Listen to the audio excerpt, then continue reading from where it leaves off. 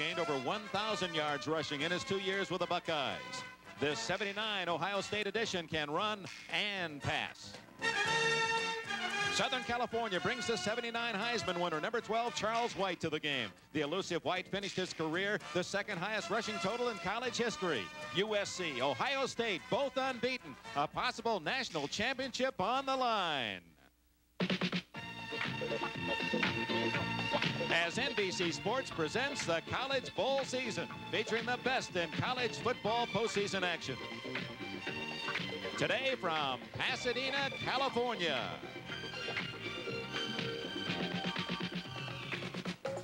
Ohio State meets USC in the 1980 Rose Bowl. This Rose Bowl telecast is brought to you by Chrysler Plymouth, who invite you to see our 1980 models and compare Chrysler engineering to any other cars. By the Miller Brewing Company, brewers of Miller High Life. If you've got the time, we've got the beer. By Goodyear Tiempo, the all-season radial. It eliminates winter tire changeover. And by the people who bring you delicious, refreshing Coca-Cola. Coke adds life, so have a Coke and a smile.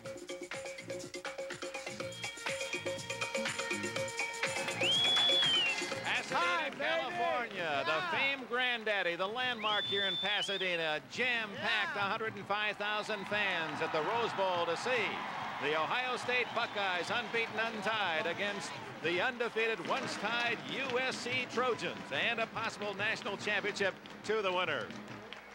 Hello, everyone, and welcome to the Rose Bowl as we have the special presentation of the Royal Court, the Queen, lovely 18-year-old Deanne Rotz, a freshman at Pasadena City College. Lovely entourage as they tour around the Rose Bowl, and they got a standing ovation. There he is. Old Blue Eyes is back. The Tournament of Roses Grand Marshal, Francis Albert Sinatra. The theme this year, Music in America, and there's a man that has entertained us for 40 years with his musical poetry, his lovely wife, Barbara.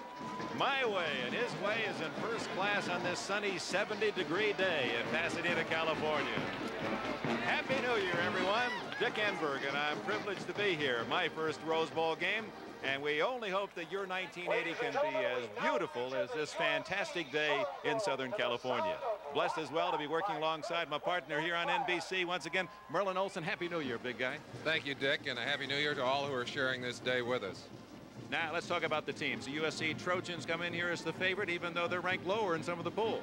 I talked to Earl Bruce, and he said, you know, when you start getting ready for a team, you look at the film, you start looking for weaknesses. He said, we're still looking for those weaknesses.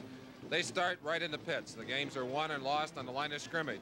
And SC has perhaps the biggest, strongest offensive line I have ever seen. They are huge, and they are powerful, and they're quick as well. They're as big as many of the pro teams. I think they're bigger than any pro line I've seen all year. The other thing they have to go with that great blocking up front is the running of a Heisman Trophy winner in Charles White. White's an amazing back, does everything he can to get the extra yardage, scores prolifically.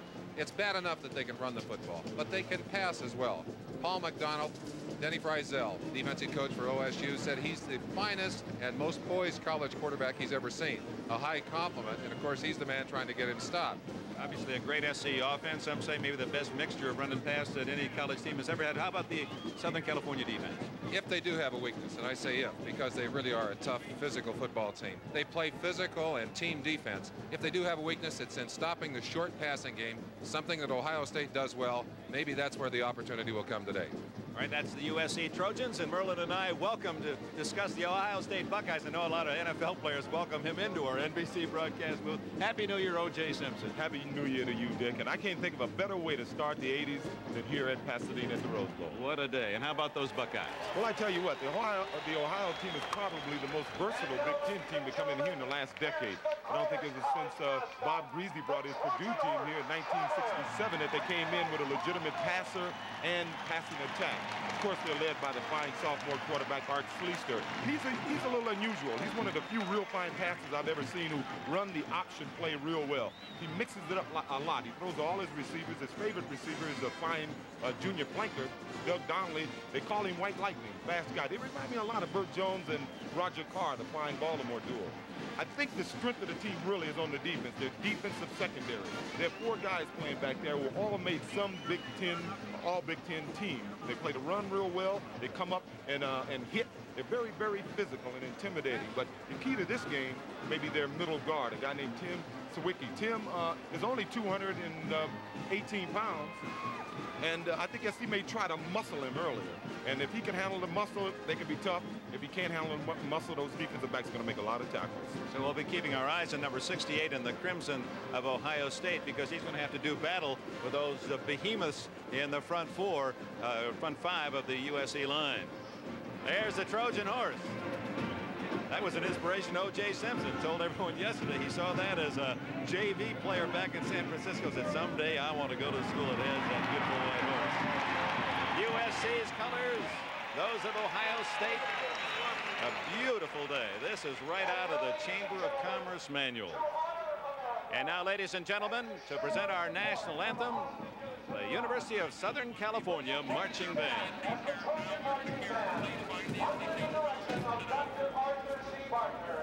Plays our national anthem.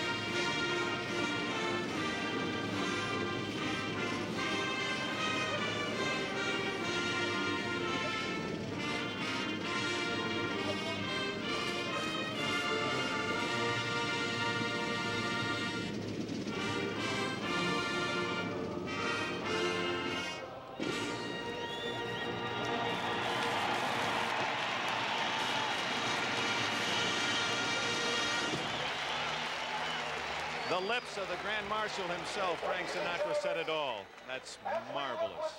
We'll meet all the players from Ohio State and USC right after these messages. Introducing the champions of the Big Ten Conference, undefeated, untied Ohio State. UPI's Big Ten Player of the Year, just a sophomore, already regarded as Ohio State's all-time passer. My name is Arch Schleister. I'm the quarterback for the Buckeyes, and I'm a sophomore. And now I'd like you to meet the rest of the team. Ohio State's tailback led his team in rushing this year with 799 yards, 6 touchdowns. He was second to Schleister in that regard. My name is Calvin Murray. I'm a tailback. I'm a junior. I'm from Woodbine. The Buckeye fullback, leading rusher last year, averaged 5.4 yards per carry this season. My name is Paul Campbell, senior fullback from Urbana, Ohio. A speedy flanker. This man may become Ohio State's best pass receiver ever. First 2 years, he's caught 57 passes, had 5 touchdowns this year. My name is Doug Donnelly, junior flanker from Cambridge, Ohio. A 4-year Buckeye letterman. First team All-Big Ten center. Among offensive linemen, had the highest scholastic grades. My name is Tom Wall. I play center. I'm a senior from Norwalk, Ohio. Now a senior. This man has not missed a game in 3 years. Started all 11 times this season. My name is Ernie Andrea, senior offensive guard from Wintersville, Ohio. 79, first team All-American, 2-time All-Big Ten player, 3-year starter, strongest man on the Buckeye squad. My name is Ken Fritz, offensive guard, senior from Ironton, Ohio. One of the biggest Buckeyes, this senior tackle started all 11 games, enjoyed his best season ever. My name is Tim Burke. I'm a senior offensive tackle from Marple, Connecticut, Ohio. An 18 19-year-old freshman played brilliantly all year. His development helped mold the Buckeye offensive line into an outstanding unit. My name is Joe Wilkins, freshman offensive tackle, Cincinnati, Ohio. A freshman tight end caught 4 passes, 2 for touchdowns. An outstanding 4-year prospect. My name's Brad Dwelly, freshman tight end from Sandusky, Ohio. Another freshman, split end, 19 years of age, finished the year with 22 catches, 15.8-yard average. My name is Gary Williams, freshman split end, Wilmington, Ohio. This place kicker, the best in Buckeye history. 195 career points. Remarkably missed only 3 of 18 field goals this year. His longest, 51 yards. My name is Vladi Anakievsky, kicker, senior, Columbus, Ohio. And now let's meet the champions of the Pac-10 Conference. Unbeaten, once tied, USC Trojans. Here's the nation's 3rd leading passer, set a new USC mark, 36 career touchdown throws. Hi, I'd like to welcome everybody to the 1980 Rose Bowl. I'm Paul McDonald, the senior quarterback for the Trojans from Covina, California, and I'd like to wish everyone a happy new year and introduce the rest of the seniors from this year's squad. This man won nearly every Player of the Year honors in the country. 2-time unanimous All-American, 2nd best rusher in college football history, the '79 Heisman winner. Charles White, tailback, senior from San Fernando, California. One of the biggest players in USC history, 6'7" and 280. Although sidelined all year, keep an eye out for number 77. He starts today. My name is Anthony Munoz, senior offensive tackle from Tijuana, Mexico. The USC center, one of the mainstays of a remarkable offensive line. He's also an honors student. Hi, my name's Chris Foote. I'm a senior center. I'm from Boulder, Colorado. This unanimous All-American, been collecting awards since starting as a freshman 4 years ago. Runner-up for the Outland Trophy is the most valuable lineman in the country. Nastarovia. My name's Brad Buddy, offensive guard, senior for the University of Southern California. I'm from Kansas City, Missouri. USC's leading receiver. He hauled in 27 passes this year, had 3 touchdown catches.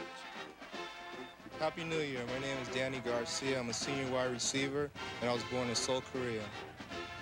USC has the breakaway ability on kickoffs and punts because of this man. He also represents a deep threat as a split end.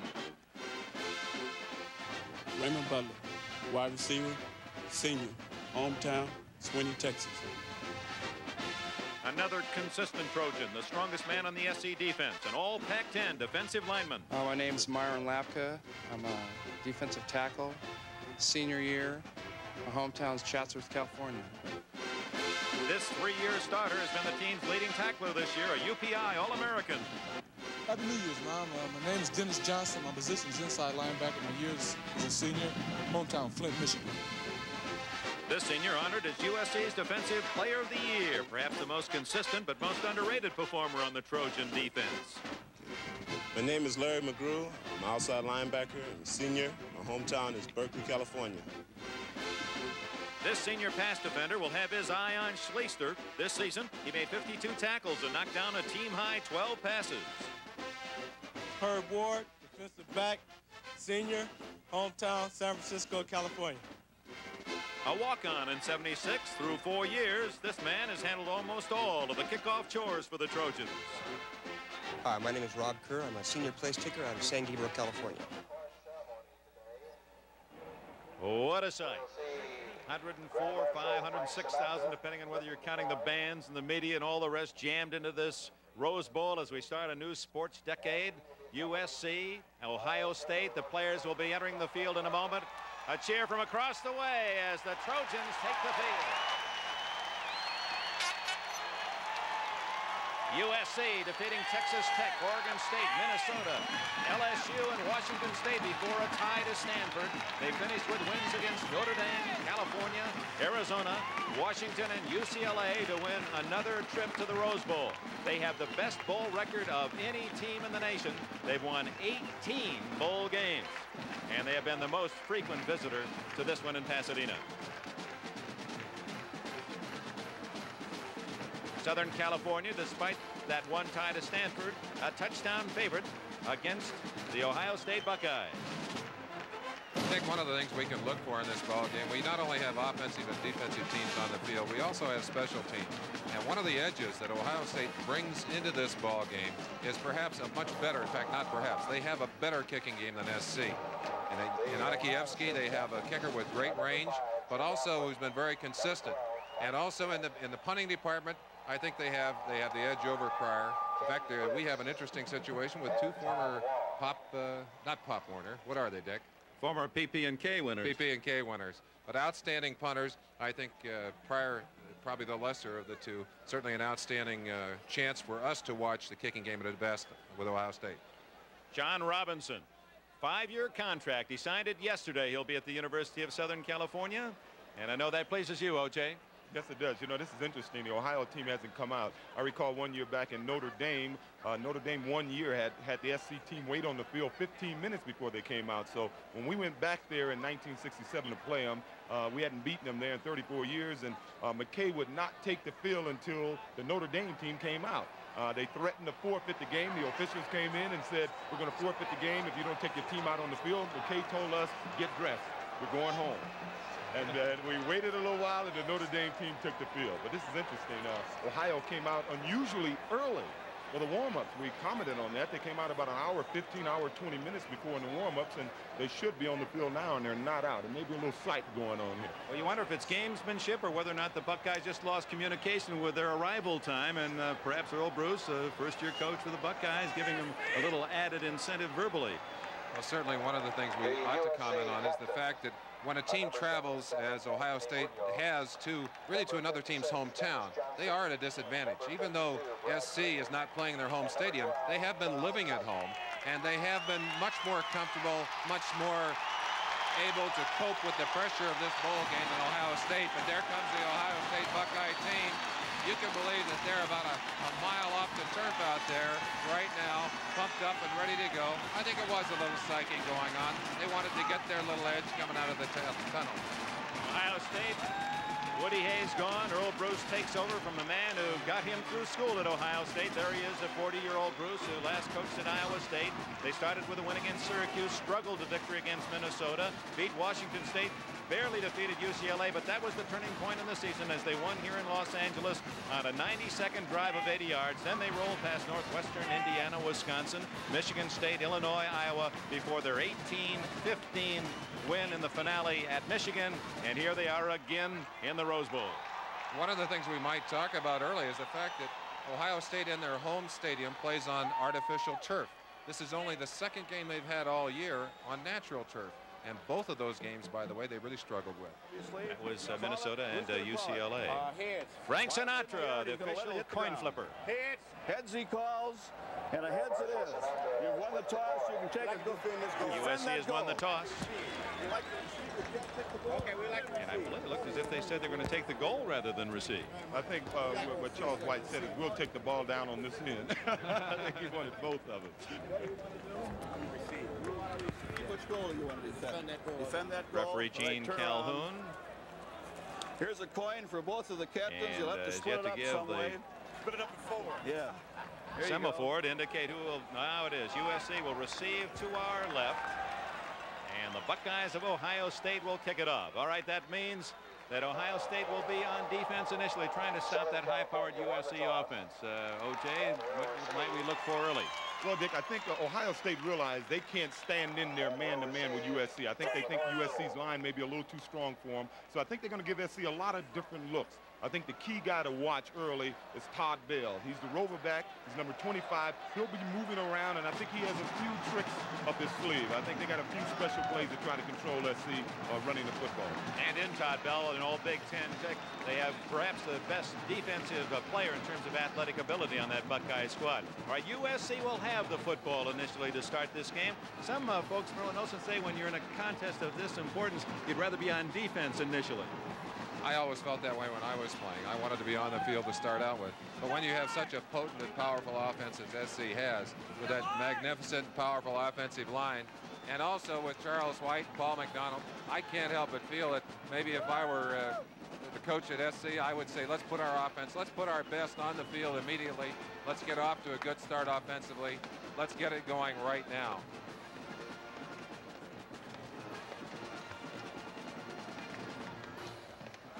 Scarlet and gray of Ohio State align in the kickoff formation. USC deploys to return. Raymond Butler, 86, and Michael Hayes, 25, will be the deep men for the Trojans. Final from the Sugar Bowl. Alabama, some feel the top team in the country, has defeated Arkansas 24-9 to finish an unbeaten year. 4 undefeated teams left going into this day: Alabama, Ohio State, USC, although one's tied, and Florida State. You'll see them later from the Orange Bowl. The 66th Rose Bowl game about to start as number 1, Bob Atha, approaches the ball and delivers it deep. It'll be Michael Hayes, a senior from San Diego, and he'll sit on it there. Trojans start at the 20-yard line. Dick, one of the things we ought to look for early, if Ohio State is going to control that SC offense, they're going to have to do it with quickness rather than with strength. Starting lineups: USC is the backfield run by Paul McDonald, an academic All-American. Marcus Allen, tough fullback, sophomore, and the Heisman winner Charles White at tailback.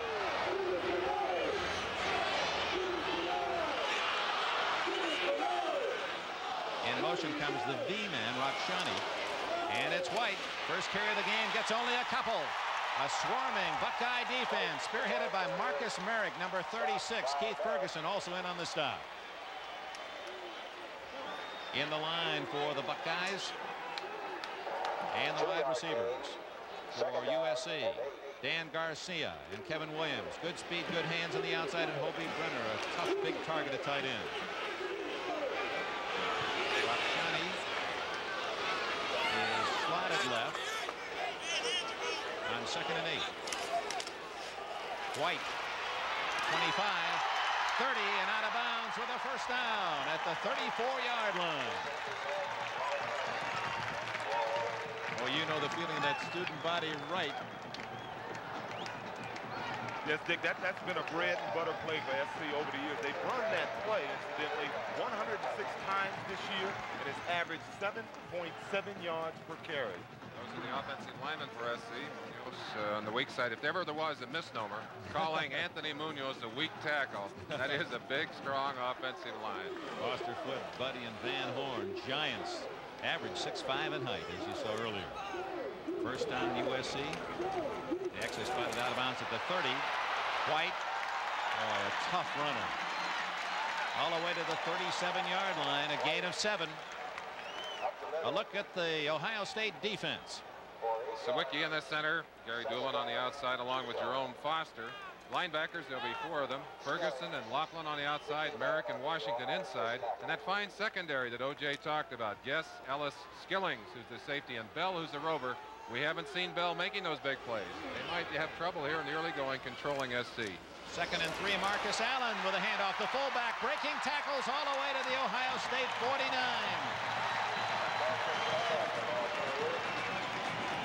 Allen, say, will be the heir apparent to Charles White's tailback slot. Not a bad running fullback. One of the problems you have when you have a great back like Charles White in the backfield, you have your eyes on him. And what happens? They don't give the ball to him. They give it to Marcus Allen. And Allen showing his smoothness, tremendous acceleration, gets away from a second tackler. Big gain, first down. First penetration into Ohio State territory by USC. McDonald audibilizing at the line of scrimmage. And he's going to throw for the first time. Looking for Williams. Almost intercepted. It was intercepted by Ray Ellis, number 27. Ellis with a turnover. LOJ talked about that talented deep defense of Ohio State. Here it is. Yes, as I said, each man back there has won at least, was voted all Big Ten on at least one poll. As you can see them, they're very quick. They're all excellent athletes. I don't think it was a well-thrown pass. It looked like it was behind him. It looked like he was running out and ready to go up again, and Ellis played it real well. Watch the quick ball read here as Ellis comes under the receiver, taps it, and then picks it up. He only has to have 1 foot in. He had it comfortably. Here they go. From the 40-yard line, Schleister on first down throws it intercepted by Herb Ward of USC. Oh my, turnabout is fair play. So the football gets hot in the first 2 minutes in the Rose Bowl. Back-to-back interceptions, and we have a timeout in Pasadena. Just a minute 51 seconds into the first quarter. It's Ohio State nothing, USC nothing. The Trojans have the ball at midfield. No score, less than 2 minutes played in this first quarter, and here's that interception of Schleister. You look for the early advantage for the turnover. You get it, and what happens? You turn it right back. Herb Ward, number 23, steps in front of Donnelly, the intended receiver. I think Schleister tried to stick that into a defense that was well covered. The result, obviously, an interception. SC has another chance with the football. It's interesting that both Schleister and McDonald were intercepted but 5 times all year, but they're each picked off in the first 2 minutes today. Rakshani, part tight end, part wide receiver. In motion, and it's Charles White getting only a couple of yards before bumped out of bounds at the Ohio State sidelines at the 49. Credit Merrick, a freshman. That's Ohio State linebacker trying to follow on the traditions of the Cousineaus and Gradishars. Stan White, Rick Middleton at Ohio State. I think we're going to see a lot of people on those tackles. Going to be hard to call. White cutting to the outside. The great way to stop it back is to force him to run laterally and count the number of people in on that tackle. Great team speed and great team hustle. There were 9 Ohio Buckeyes around that football, and half of them on top of White. Second down and 7. In motion is White. McDonald looks off, has a man open. Kevin Williams, first down at the 33. Todd Bell made the tackle. McDonald has his first completion. Kevin Williams has tremendous speed. He's a 9.3 sprinter, but his greatest asset is his quickness. McDonald under pressure, obviously to his secondary receiver, gets the ball up. Williams had cut back and forced Bell so far off the ball that he had no chance to get back, even though the ball hung momentarily. Fine play, first down, they're penetrating deeper. Deepest penetration of the game at the 33. No score, 12:55 left in the first quarter. Alabama has won against Arkansas. McDonald, complete. Dan Garcia to the 14-yard line. Make that Raymond Butler. Butler, 86. From Brazoria, Texas. He rooms with Garcia. Caught 21 passes on the season. Let's take a look at Paul McDonald. Quarterback, not even a fake for the run here, just steps back, has plenty of time to throw the football. The break is there. Good job of running the pattern, finding the open area. Butler is down to about the 15-yard line. They mark it at the 14, first down USC. It's White sweeping right with blockers. 10. And down to the 7-yard line goes White from San Fernando High School. He said that Anthony Davis was like a brother to me, and it was indeed in this game as a freshman that Charles White became nationally known, and they certainly followed through, didn't he, O.J.? Yeah, he did a super job. He came in, the Michigan team had shook up Ricky Bell. Charles came in, and he rushed for, I think, 126 yards and was really the key to the game, the key to the victory, a 14-6 victory by USC. I think everyone thought when Bell came out, hey, we got him now. And they said, who is that? Who is that? They found out, didn't they? Second and 3, Rakshani in motion. Sometimes he'll stop and go back the other way. White up the middle, crunched at the 6-yard line, close to the 5. He'll be short of the first down by a long yard. Third down for John Robinson's USC Trojans. Robinson, after 4 years, 3 Rose Bowls, his teams have lost only 6 times in 4 years. You know, I like the fact that John Robinson came back throwing the football after Paul McDonald threw that interception. They were running the ball real well, but when your quarterback throws an interception, you want him to have that confidence that he came back throwing the ball, and I think he'll be throwing all day. I think he has the confidence in that. Third and call it 2. There's Rakshani reversing back, and now he's the extra blocker. White into the teeth of the Buckeye defense, and I'm not sure that he made that at all. They put up a good wall for him. I think he's short of it. It's going to be close, but he's about a yard short. They're going to have a decision to make here. Let's look at the charge, the line charge. They're trying to bury them there on the line of scrimmage. White coming to the outside. Excellent play by the short yardage defense of Ohio State. That's Mark Sullivan, just a freshman in there, doing a great job. He's actually a sophomore, getting underneath that stack, making the first hit on Charles White, and they're going to go for it. Fourth and about a yard. Not going for the field goal. John Robinson goes for the first down at the 4.5. It's McDonald, play action. Incomplete, and what a job by Ohio State. Mike Guess broke up the pass in the end zone.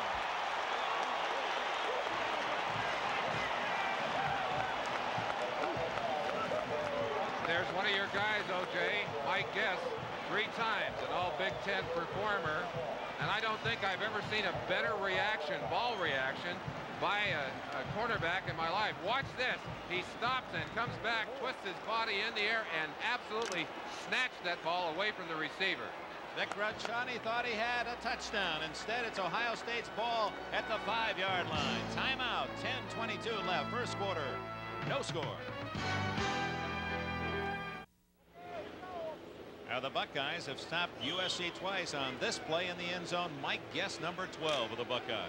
Marcus Merrick, number 36, forces a quarterback early, does not let him have time to roll it out of there. But the great play by Guess, reacting to that ball, pulling it back.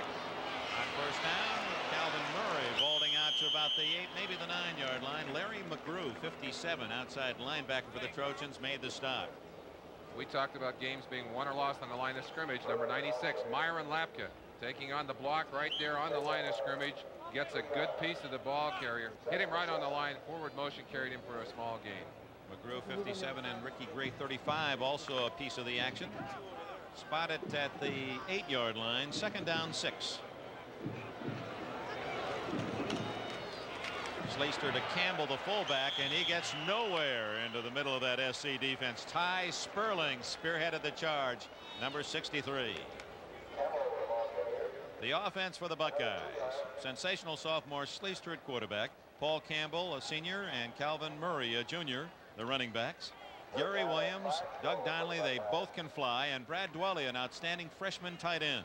One of the most experienced offensive lines in football. A couple of 3 fifth-year seniors, Burke, Andrea, and Waugh. And Fritz on the other side, their captain. Lukens, a freshman. He's the youngest and maybe the best of that whole offensive line. Fritz, an All-American choice. Schleister on 3rd and 5, in trouble, and down he goes at the 10-yard line. Chased by Myron Lapka, the senior from Chatsworth, California, number 96. Let's talk for a second about that gamble. Going for the points, going for the 7. Would they have been better off taking a 3? Well, you know, normally you would say yes, but I think they are aware that Alabama won the game, and I think they're playing. They want to win the game, both teams, but they want to win decisively. They know what a national championship does for their recruiting, and I think when you got a Heisman Trophy winner in the backfield, you got 2 plays to get 1 yard. I think it's a good gamble.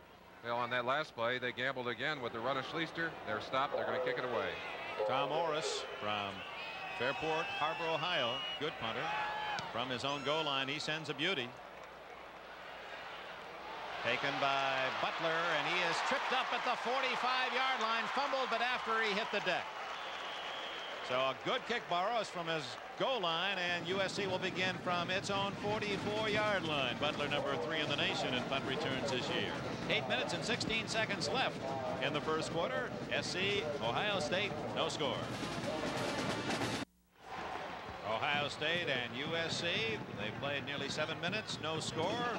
But without a score, we've had plenty of action. A couple of interceptions. USC gambles and fails from the 4.5 of the Buckeyes. That's Bill Miles, the coach of the tackles and the tight ends, showing some of the blocking schemes. They'll be adjusting those throughout the game, trying to get the edge on SC.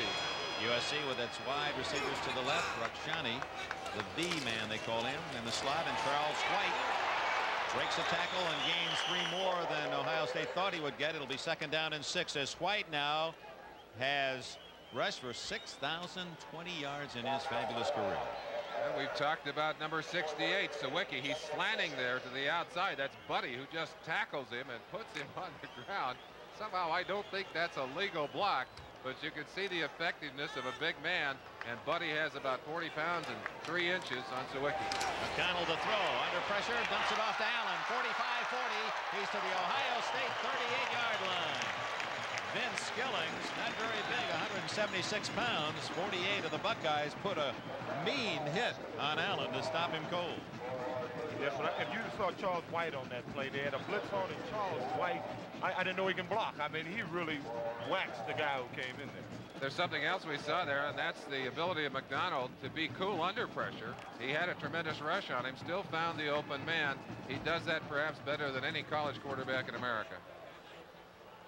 Two tight ends and Rakshani in motion. So this is the run formation. Now they call that the zap when he reverses his field, and White up the middle, big yardage to the 31 of the Buckeyes. That'll bring up 2nd down and 3. Rakshani, just to give you the terminology, they call it zip when Rakshani starts in motion, runs all the way to the other side. Zap when he stops at the center position, comes back, and then they have a zoom that we haven't seen yet where he starts, goes past the center, and then will block upfield off tackle. That's like pulling a guard and giving him a running start at the snap. You have to keep your wax out of your ears in that huddle. You get in trouble. Zip, zap, zoom. Rakshani is slotted left. 2nd and 3 play. White, 1st down as he skids to the 25-yard line. White is an interesting story on him. All of the athletes at USC undergo the immersion test. It's a test to measure the body fat. Ricky Bell was measured at about 3%, incredibly low. That was the all-time low at the Institute. This year, this young man, Charles White, 1.8% body fat. I mean, he is all muscle. You drop him in the lake and he couldn't swim if he had a motor on his back. But we can't swim anyway. Rakshani in motion on 1st down. Oh, Michael Hayes came in for that carry and was greeted rudely by number 5, Jim Laughlin, the spirit of the Ohio State defense. Foster in on the play as well. We talked about stunning and slanting. Watch number 55. Foster pops through the gap here, and he's going to be the first man to meet him right there with the help of the fine linebacker Jim Laughlin. That's the kind of quick, aggressive play that Ohio State is going to need today to shut down that SC offense. Laughlin, 5, named most valuable player by his own teammates. He made the big plays early in the season that got Ohio State off to the great start and then on to the unbeaten year. 2nd down, 13. Pass formation, but they run it with Hayes up the middle on a quick hitter to the 24-yard line, which will bring up 3rd and 8 for USC. White back into the game. Hayes goes out. One of the dangers of doing all that stunning and slanting is that you may open up the wrong hole. And certainly you can make the big plays. You've got to be very careful and get some compensating rushes by people all across the line. It's a defense that must be very well coordinated. So far, they haven't been hit for the big one. They spotted the 25, so it's 3rd and 9. That's Kevin Williams, the flyer to the left. Garcia split wide right. And White is in motion. McDonald on a draw to Allen, and he's met at the line of scrimmage. Fooled everyone but one of the Buckeyes, and Merlin Olsen, that's Todd Bell, 25. That was your strength as a Ram. They rarely could draw past you. A little draw play here, and they almost had him. Had Todd Bell missed this tackle, he would have had the 1st down and maybe more. You see the dive at him right there, but number 25, Todd Bell, who's a linebacker, not a linebacker, almost up in the linebacker's position. He's the rover, of course, and SC was concerned about him. They knew he was going to be lined up different positions today. I'm sure on that play that he was assigned to the fullback, Marcus Allen, and he was standing there waiting for him. SC has really been taking advantage. That's right. We don't want to interrupt you except to say that we have a commercial message, and we'll finish that thought in a moment, O.J. Eric Kipp apparently will try for a USC field goal when we return a scoreless tie. Rose Bowl on a glorious day on this January 1st, 1980. USC will try for the field goal. It'll be a 41-yard attempt by Eric Kipp out of the hold of Scott Tinsley. Kipp has plenty of range, but a little inconsistent in his field goal this year. It's high enough and long enough. It's good.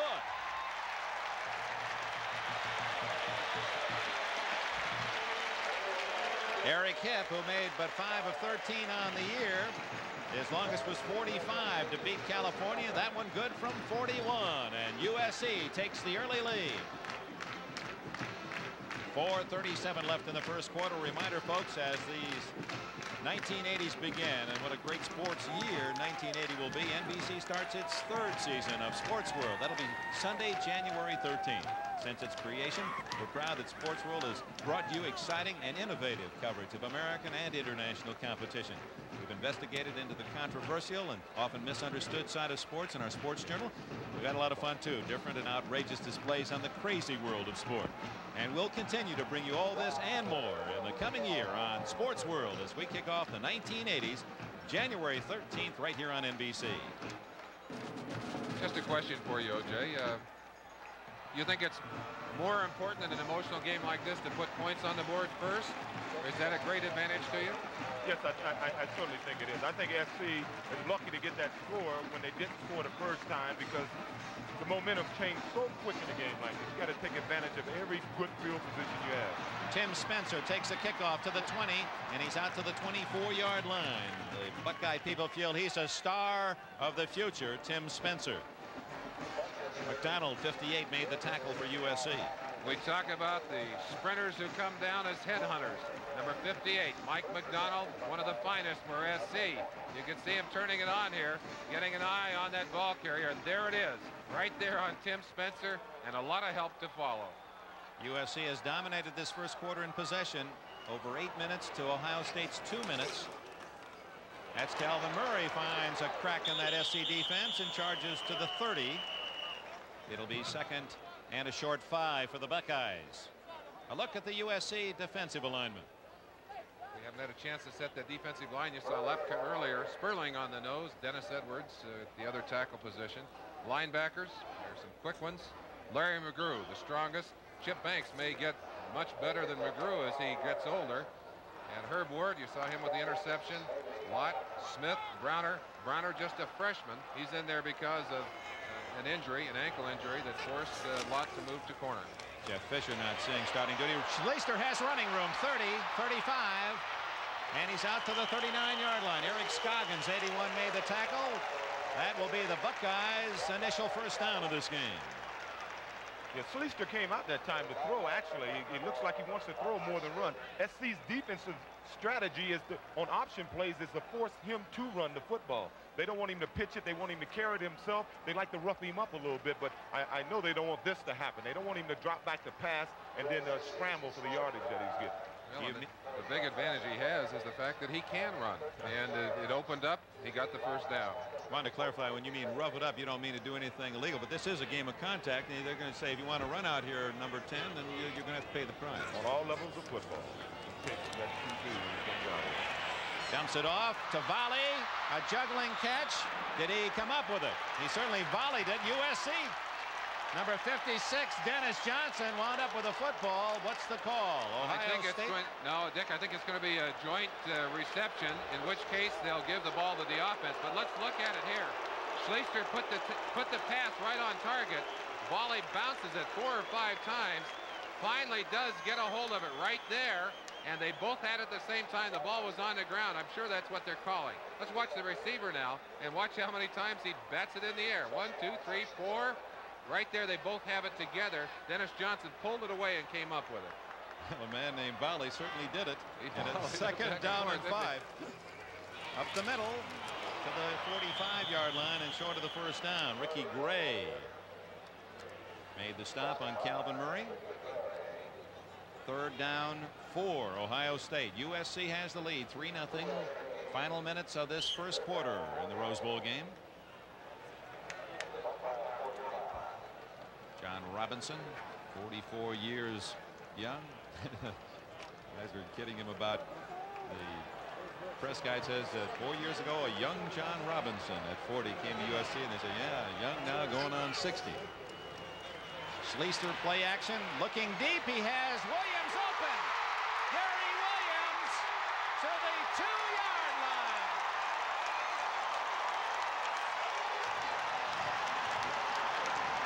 What a throw by Schleister. He caught Williams on the dead run, and it's time for the Buckeyes to celebrate.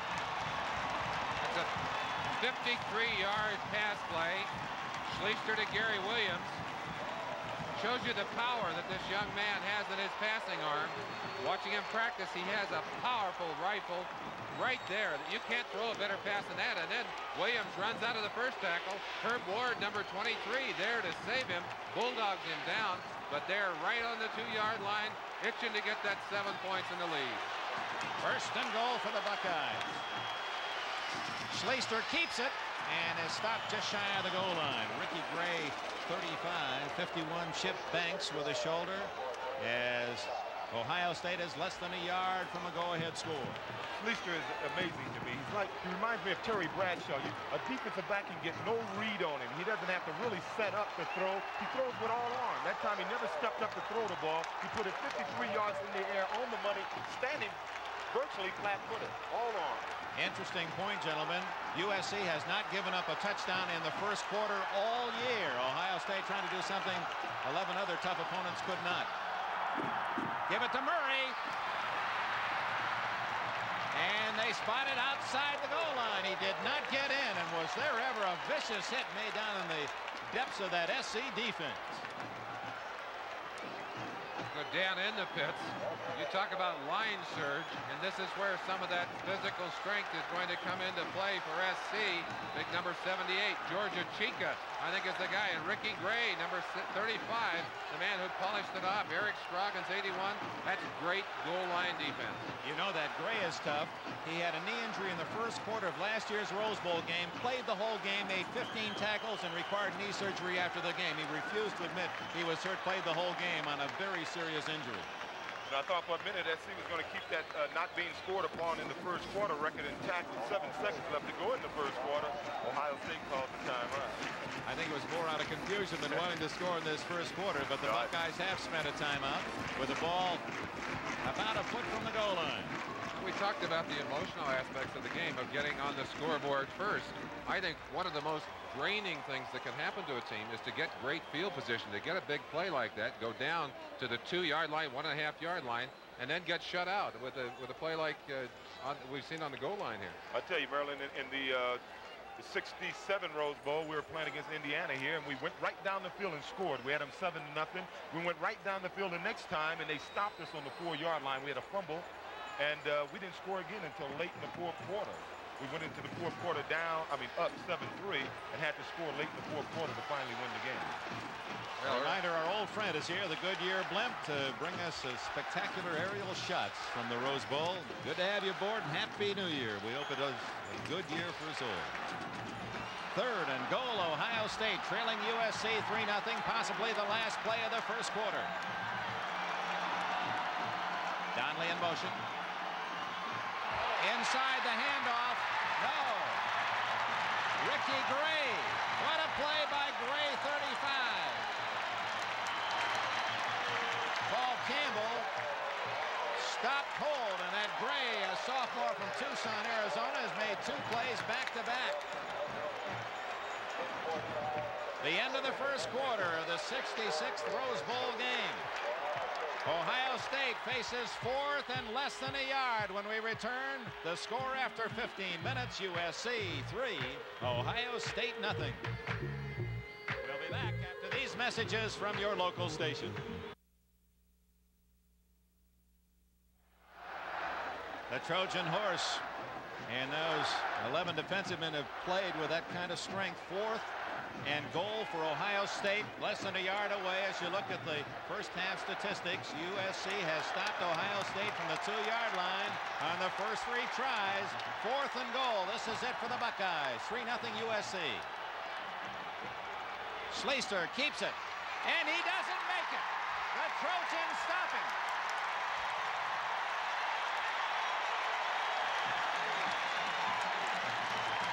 Ronnie Lott, number 42, led the charge of USC as they stop Ohio State 4 tries from the 2-yard line. What a brilliant goal line stand by the SC defense. And that's the kind of football, the kind of emotional football that will inspire the rest of the team. Watch Dennis Smith right there, 49, 35 Gray, 42 Lott, but the whole team is just firing out. You don't think they're excited? There he comes, cuts inside. It was Dennis Johnson who really made the initial hit. Credit Johnson, the All-American inside linebacker. Here comes White to the 3-yard line. Stopped goal by Jerome Foster, number 55. That was a remarkable goal line stand, gentlemen. That was 3 cracks from inside the 1, and they didn't make it. I tell you, emotionally, it's got to be disheartening to Ohio State. It's certainly a lift to the SC defense. They feel now that they can stop them no matter what. Don't you think, OJ, that lifts the offense, too, when they see their defense perform that way? Yeah, I think the offense may be a little tired. They've had 2 long drives and only got 3 points. but it certainly is going to affect SC's defense. I think they have all the confidence in the world right now. Here's White again. Finds a hole and gets out to the 11, maybe the 12-yard line, and that looks to be good enough for the first down. Remarkable first quarter. We did not see a penalty. Let's look at the hole that opens up here for Charles White. And again, I think the physical size and strength of SC's offensive and defensive lines is becoming very apparent here in the early going. Charles White getting a nice gain, hole open for him, but it's that initial surge at the line of scrimmage, and it's very tough to play against a man who's taller and bigger than you are. You just can't see where that back is going. Well, we said they were going to work on Sawicki in the middle, try to muscle him, and they've been getting away with it. Notice Sawicki's not playing on the nose anymore. White dumped at the 10-yard line. Todd Bell. He is all over the field, Bell, and of course that's appropriate to the name Rover. Let's talk about Bell a moment, number 25 for Ohio State. He's an interesting young man. He's from Middletown, Ohio. That was the same city that produced Jerry Lucas, Butch Carter, now the Indiana basketball star. Bell in high school long jumped 24 feet 6 3/4 inches. That's a great high school jump, but more importantly, it broke a record set in 1933 in Ohio by Jesse Owens. And he is all over the field with 9.7 speed and a hitter today. 2nd and 12. White doesn't get the ball. The handoff is to Marcus Allen, 33. And Allen is out of bounds at the 19-yard line. Ray Ellis made the stop short of the first down. 3rd down 3. Marcus Allen doing a good job of adjusting. There was no hole in the middle. Oh, Jay, question for you. And I've always felt that the running ability of a back depended a lot of times on his vision, his ability to see out of the corner of his eyes. Yes, I agree with that totally. You know, you have to have that good peripheral vision. I felt the biggest handicap I had as a runner in the last few years is I lost a line of vision in my left eye, and I felt that handicapped me more than anything. As we see Kevin Williams, there's missed on a flat pass. He was open. He should have gotten the ball. Should have been able to. Paul should have been able to get the ball to him, and he just missed him. But look who was covering him. Todd Bell, 25. So one moment he's making a tackle on one side of the field, the other to the other side to defense against the pass. And in comes the kicking team for USC. David Pryor, number 17. He also won a national punt, pass, and kick contest. Average here of 36 yards per punt. Mike Guess, number 12, deep for the Buckeyes at the Ohio State 45. No pressure. Beautiful kick. Perfect spiral. Chases Guess to the 30-yard line. 35, 36, and that's all. Don Jones, number 11, made the tackle for USC. Timeout early in the second quarter in Pasadena. 12:54 remaining in this quarter. The Trojans of USC lead Ohio State 3-0.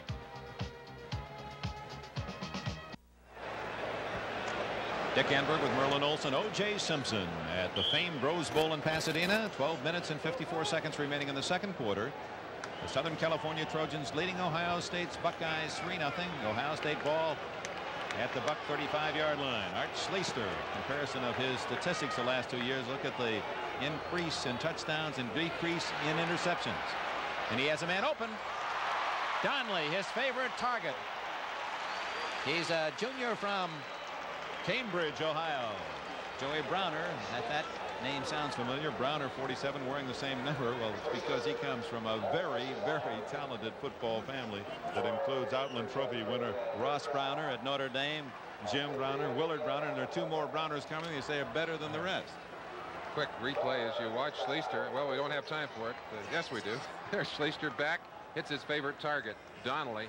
And again, a fine pass thrown very effectively.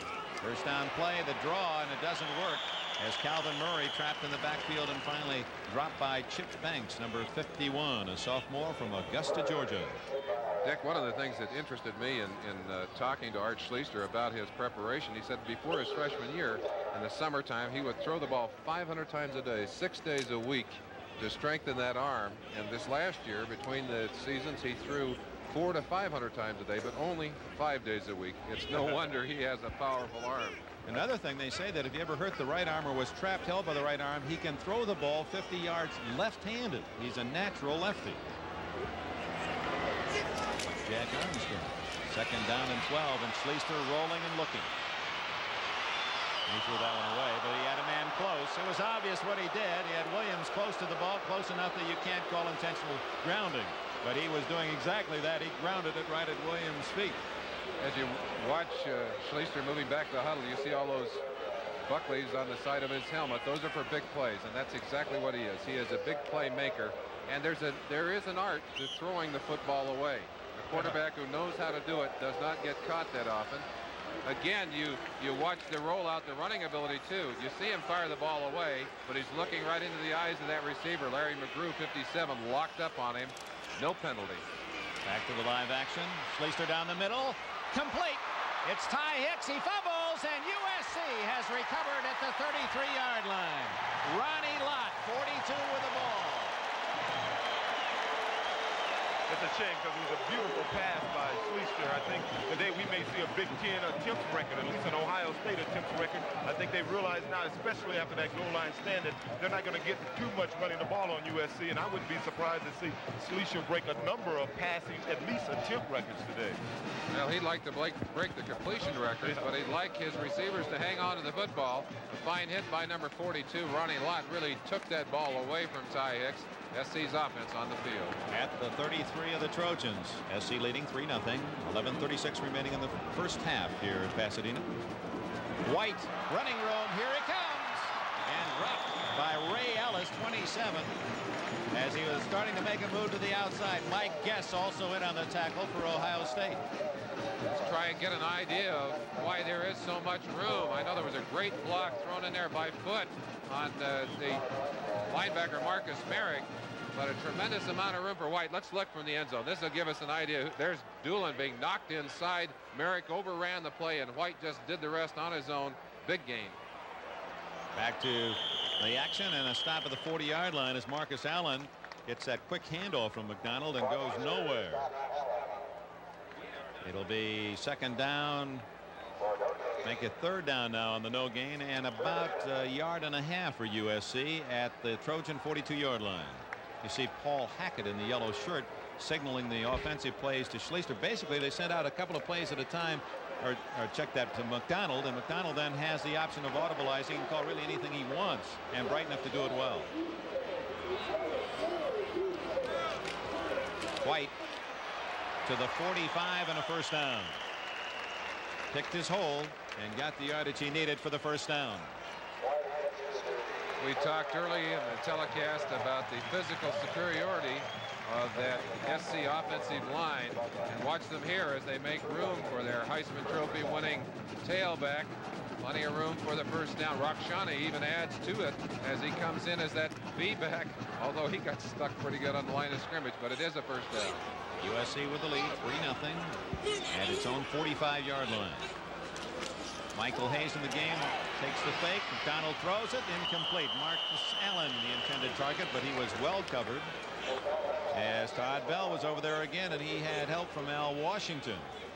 Washington, number 15, was from Cleveland, Ohio, and his teammates have been kidding him about his joy of being on the West Coast. They've already nicknamed him Hollywood Washington. We told him the story about Billy Wells, the old pony backfield of Michigan State a few years ago, when he infatuated with this climate, wanted to date with an actress. I can't remember, was it Debbie Reynolds, someone? And finally got that date, and he said, well, listen, you just tell Pam Grier that I'm ready anytime she wants to call me. McDonald to White. Solid tackle. There he is, Al Washington on cue. You know, I've noticed one thing. Every time SC put Rakshani or any of their tight ends in motion, they run the football. I think pretty soon now we should look for them to pass off that. Well, they try and set people up. Certainly one of the things that both teams have had is a tremendous amount of time to prepare for this game, and you've got to believe there are some tricks rolled up in those sleeves. Kevin Williams is flanked to the left. Michael Hayes in for White, and Garcia split right. 3rd and 8 from the 47. Good protection, and going long for Kevin Williams. Touchdown.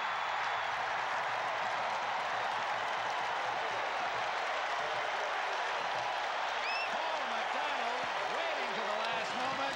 Threw that ball about 60 yards in the air, and Kevin Williams, the touchdown maker, has another. His 21st as a Trojan. You take a 9'3" sprinter and you add to it a quarterback who not only can read the receivers, but fire the ball deep. You give him a little bit of room, and it's all over. Ray Ellis, number 27, trying desperately. Actually got a hold of him near the goal line, but too late. 6 points on the board, going for a 7th, and a big early lead here in the Rose Bowl. 53 yards, the touchdown throw, and Hip will try to tack on the extra point. He's got it. Now McDonald to Williams. Williams, who was a high school teammate of Charles White. San Fernando was well blessed. So USC with 9 minutes, 11 seconds remaining in the first half now leads Ohio State 10-0.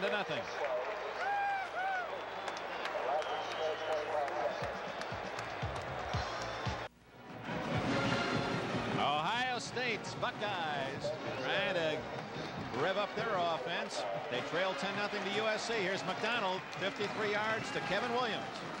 Yeah, the definition is big play. Yeah, he is a big play man. He was the leadoff man on SC's NC2A champion relay team, and in the 50 passes he's caught in 3 years, 20 of them have been for touchdowns. That's making the big play. That's bringing it home. The kick. Ty Hicks will take the touchback. First down, Ohio State at the 20-yard line. Might be appropriate, Dick Enberg, to talk about an interesting aspect that O.J. touched on with this Ohio State team. This is an unusual team. They have the capability to come back. They have the ability to hurt you with the big play. Schleister, as we've seen, can throw the ball effectively. He can roll out of there. He can take what looks to be a certain loss and make it into a gain. And that's something that Big Ten teams, especially Ohio State, have not had in the past, and it's important when you're down. I'll tell you what, we are aware of it in this area in Southern California. They start the season out here against UCLA early in the year, and they made a great fourth quarter comeback. And believe me, SC is aware of that. Last year against Michigan, I saw them sit on the lead. This year, I think they'll keep trying to score. They know they can come back on it. 10-0. Donnelly in motion. Nothing there at all for Calvin Murray as Myron Lapka greeted the junior from Woodbine, New Jersey, to the Pasadena Climbs. Talked to Myron Lapka before the game. I said, are you excited? He said, yeah. He said, I missed the first one. I redshirted. Last year I had mononucleosis. I didn't know it. And this year I feel great. He looks great as he puts the tack on Murphy right there. Second down, 9 at the 21 for the Buckeyes. As Williams and Donnelly, both with great speed, are wide left. Tight end, big Ron Barwick. 6'8" target. Schleister looking down the middle. There's Donnelly. First down at the 46 of Ohio State. Donnelly with those quick feet. His actions remind me a lot of Steve Largent, the way he makes his cuts off moving feet. I'll tell you someone else that has quick feet, and that's Schleister. Schleister is not that fast in the open field, but he sets up quickly and watch the ball. So perfectly thrown, and it had to be right on target, or it might have been intercepted, could not have been caught. Big play. That's the kind of big plays that you come back with.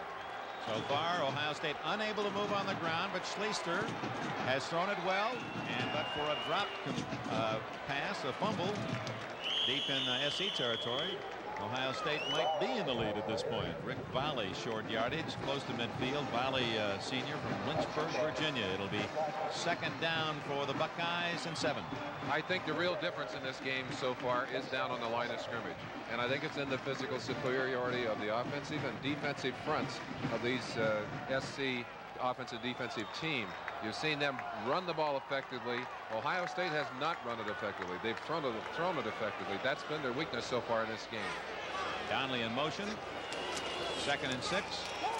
Big hole, but short yardage as it closed in a hurry on Calvin Murray. Dennis Johnson, 6'4" senior, who migrated west from Flint, Michigan. Won All-America honors on the UPI ballot this year. 3rd and 3 for Ohio State. Tim Spencer, number 46, comes in from the Buckeye sidelines, and Murray goes out. Paul Campbell out for rest is back in for the Buckeyes. You see Coach Hackett talking to Kevin and McDonald. I think they beat him bad now on the bomb, and I think you'll see him running a lot of stop patterns, a lot of hook patterns now. They got him respecting the deep threat. SC defense digs in. There's Spencer, the youngster, to the first down, all the way to the 39-yard line before Joey Browner can make the tackle. Spencer, a high school All-American from St. Clairsville, Ohio. He admires Earl Campbell, he says. And, well, we've I do too. The world does, and I suppose there is a certain team in the Steel City that admires him so much they hope that he has an extended vacation early in this year. Now, we should say, on behalf of our colleague O.J. Simpson, it must have been heartwarming for you to look through that Ohio State book and see how many players said the player they admired most was O.J. Simpson. There's Paul Campbell fighting forward. Tripp stayed on his feet to the 35-yard line. All of a sudden, after talking about the lack of a running game, Ohio State has started to run the ball. I think they got the advantage on that last play, not this last one you saw, the one ahead of that where they got the first down, of some anticipation. I think SC anticipated the pass. They played pass all the way, and they got burned. The Ohio State line doing a good job of blocking on that last play. Now you have a chance to do anything you want. You got a second and 6.5 yards to go. Ty Hicks, the fastest Buckeye in motion, and the pitches this way to Calvin Murray. Caught by an ankle, struggles to the 31. That'll be short of the first down by a long yard. Larry McGrew with a tight grasp of the leg of Calvin Murray. Well, the key to this game thus far has been Ohio State unable to score on first and goal from the 2 and 3 shots from inside the 1 as SC's defense with a masterful goal line stand. Then USC came back after the fumble recovery on a completed pass to hit on the bomb. It's 10-0 SC, 5 minutes left in the first half. Short yardage play, and Murray is cut down and fumbles. USC, they say the ball was down. The runner was down, the ball dead, and Ohio State will maintain possession. But Dennis Smith, number 49, shot up from the secondary to make that tackle on Murray to stop him far short of the first down. Even on the tough plays, there are some great things happening. Number 22, volley right there on Dennis Johnson, just knocked him clear off the line of scrimmage. Had it not been for that great play by Dennis Smith, you wouldn't have been able to stop him behind that line. Watch volley. Watch this block. That's as fine a block as you'll see. That's an all-American linebacker, and he's got a lot of poundage on volley. That's a big, big hit. 2-yard loss, though, and it's 4th and 3 as Schleister has the first down. Donnelly, 20-yard line. So it's Schleister to Donnelly again. Browner made the tackle.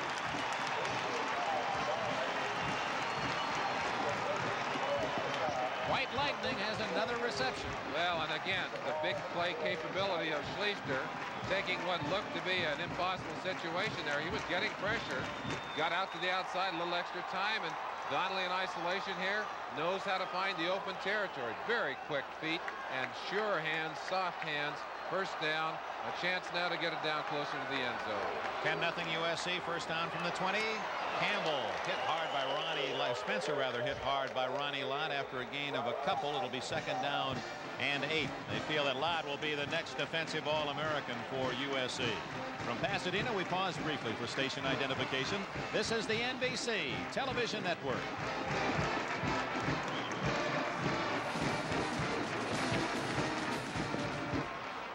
The 66th Rose Bowl game in Pasadena, California. 3.5 minutes remain in the first half.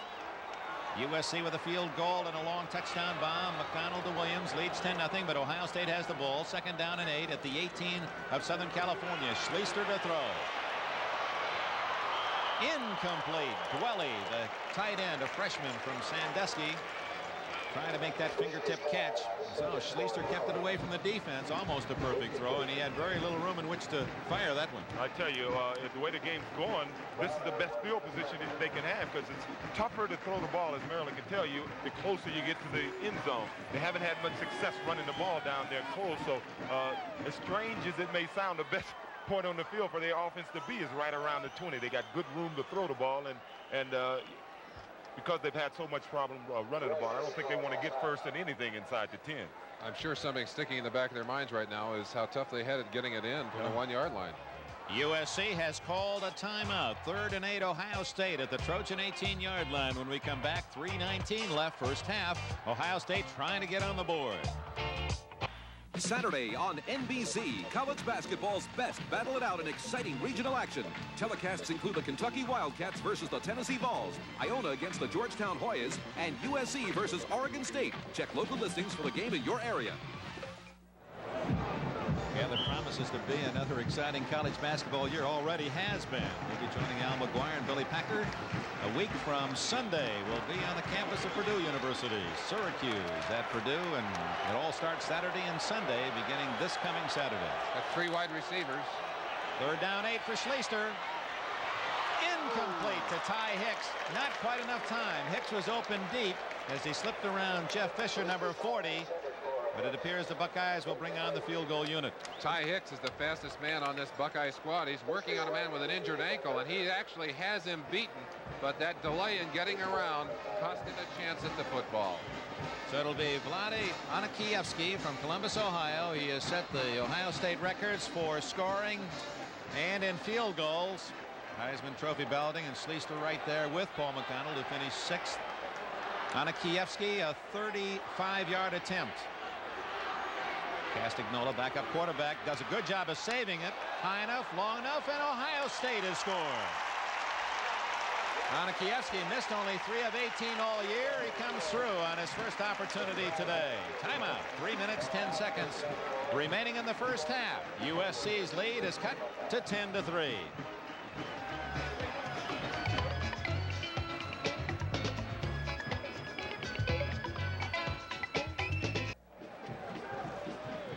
Bob Atha tees it up at the 40 for Ohio State. Michael Hayes, Raymond Butler deep for USC. 10-3, the Trojans lead at 3 minutes left in the half. Good kick. Butler at the goal line. The 10. Down at the 15. Slip trying to make the cut, but good coverage nevertheless by the Buckeyes. Number 14, Brian Schwartz, is from Simi Valley, California, nearby. 10-3 USC in this Rose Bowl Classic. Elsewhere on this January 1st. At the Cotton Bowl, it was 17-14. Houston beat Nebraska. Let's look at Glenn Cobb, number 35. We talked about headhunters earlier. You see him going right over the top of one of the Trojans. He won't give him a chance. Hitting right in there, actually stacking up the wedge. And it was a slip, I think, more than anything, that stopped that run back. Flag is down, and we may have had contact by Tim Sawicki, number 68, as he lurched forward. He may have hit one of the SC offensive linemen. Yes. 5 yards against Ohio State. First penalty of the game. And it's an easy one, too. Sawicki excited. He wants to get a piece of that center, and did, unfortunately, a little too early. Well, he had to take advantage of that quickness. I don't think he really wants too much of a piece of him. I think he realized he's being outweighed. If he can't outquick him, he has no chance. You know, Chris Foote was married, I guess, in this last year, and they said it's the biggest wedding they've ever seen because all of the offensive linemen of USC were part of the wedding entourage. A big wedding. Rakshani on that zap action, and here comes Charles White. It's about 4 to the 24 and stops the clock with 3:02 left in the half. Very important right here for Ohio State's defense to get things stopped, to take that football away. Their offense able to move the ball successfully down the field and get some points on the board. Now they'd like to get a turnover. They'd like to stop SC, force them to punt right here, or even better, get a turnover, get some points on the board themselves. 2nd down and call it 2, a short 2. Allen in fullback, White the tailback. Kevin Williams flank to the right.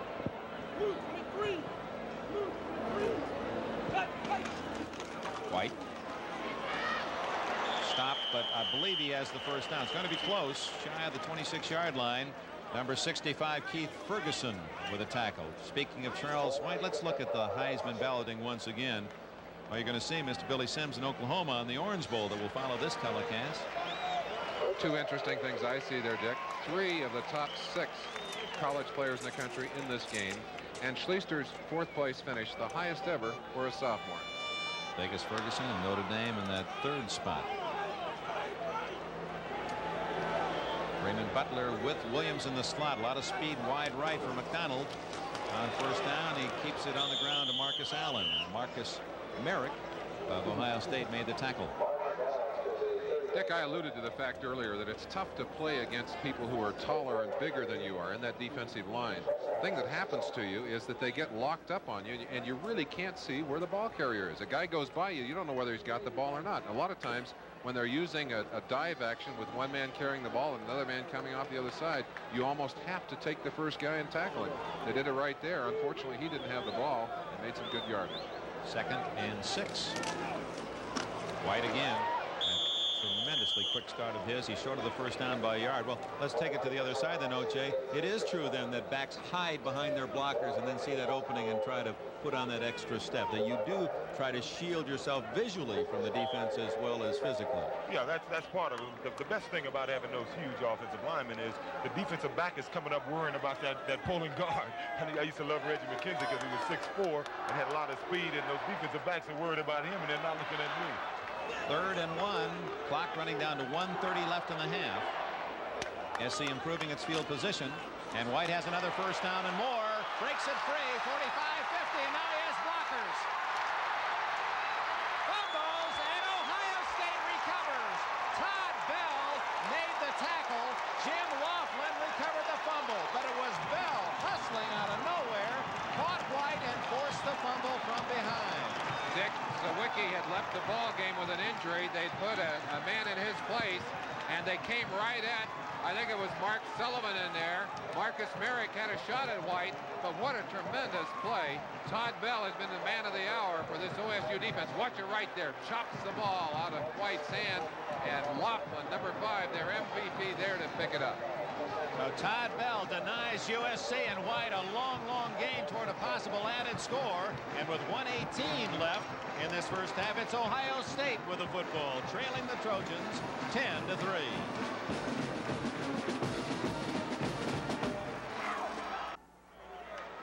Charles White rips off a 45-yard run. Appeared he may go for a touchdown, but Todd Bell not only saved the touchdown with his tackle, but turned it over.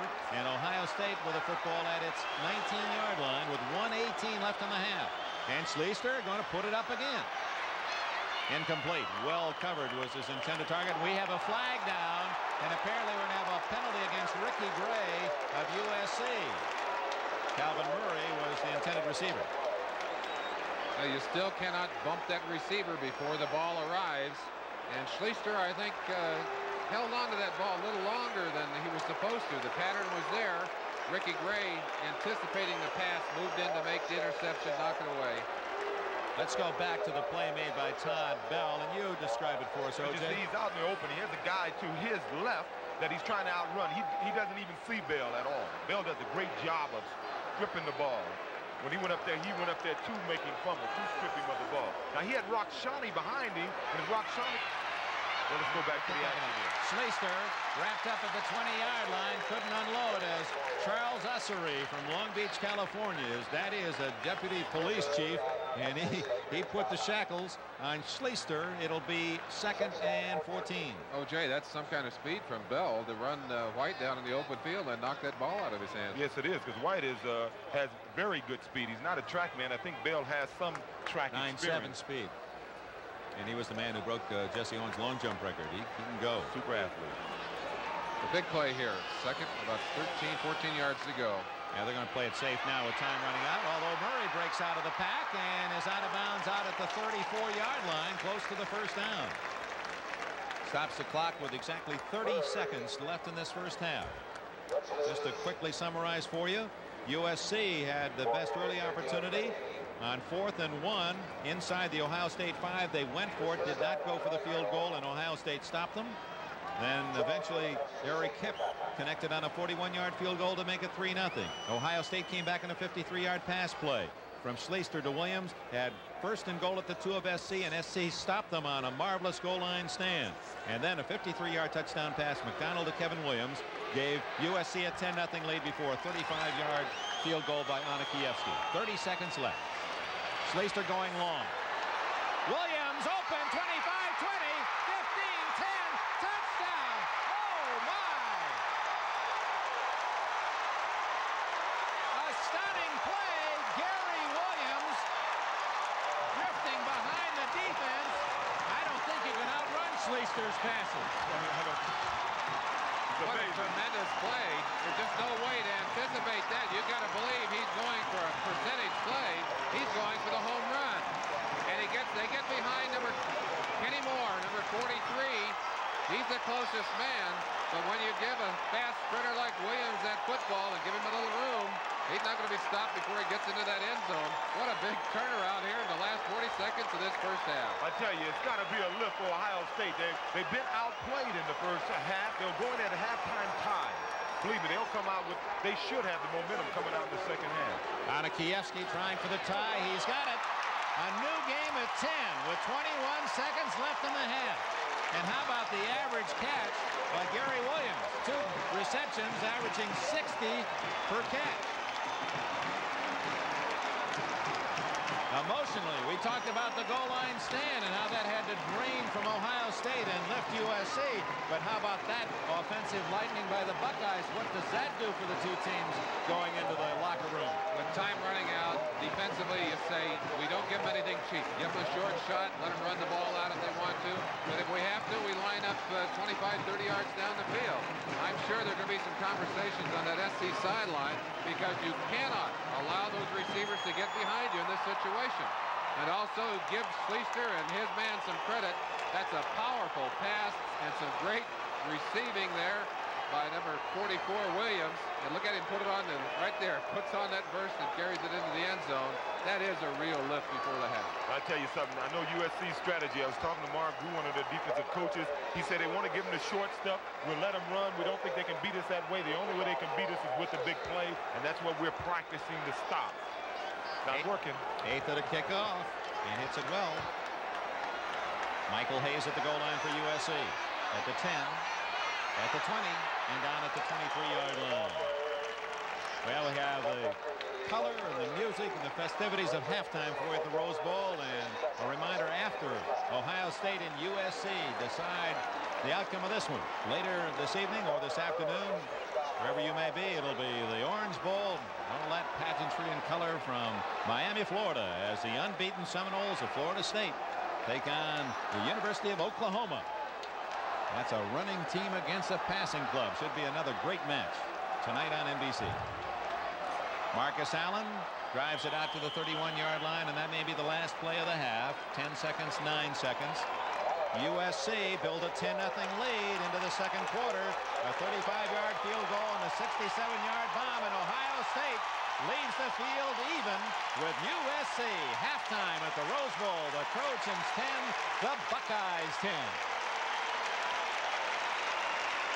We'll be right back with all the 1980 Rose Bowl halftime activities after these messages from your local station.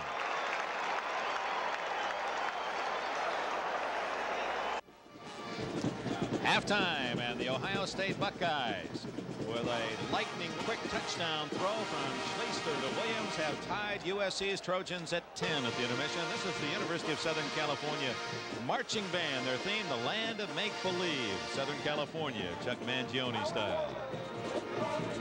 And as they make this formation, the music is The Rose from the 20th Century Fox release of the same name.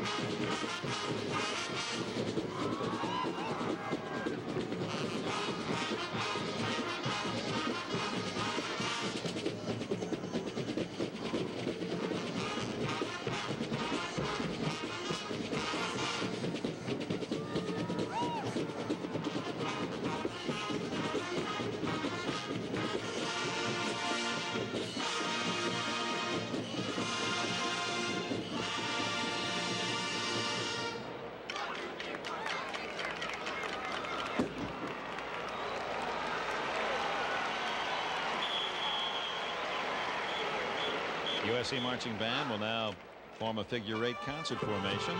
Play the Barbra Streisand Donna Summer hit, Enough is Enough. Appropriate to the defensive problems SC faced trying to stop Schleister as he came from 10-0 down to tie USC at the half.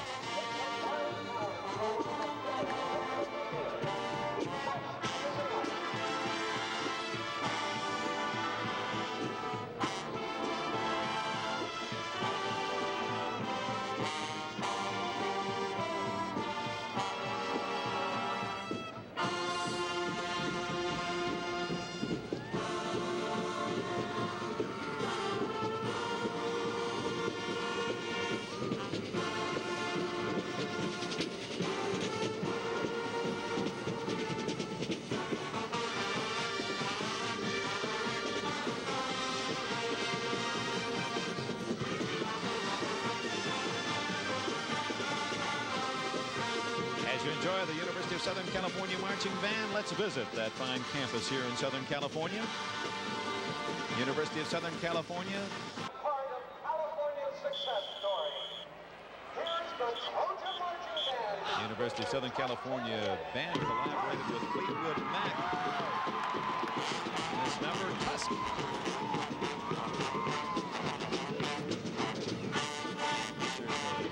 Southern California percussion section.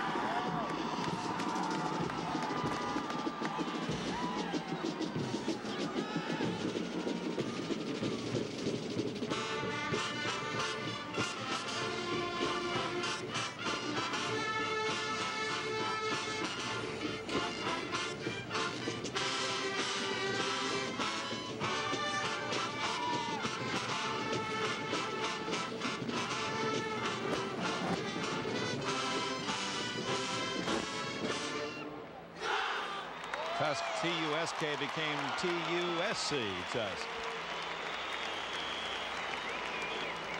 Now the Trojan Band with its finale in a precision circle spiral drill formation. Music from the Paramount movie Star Trek.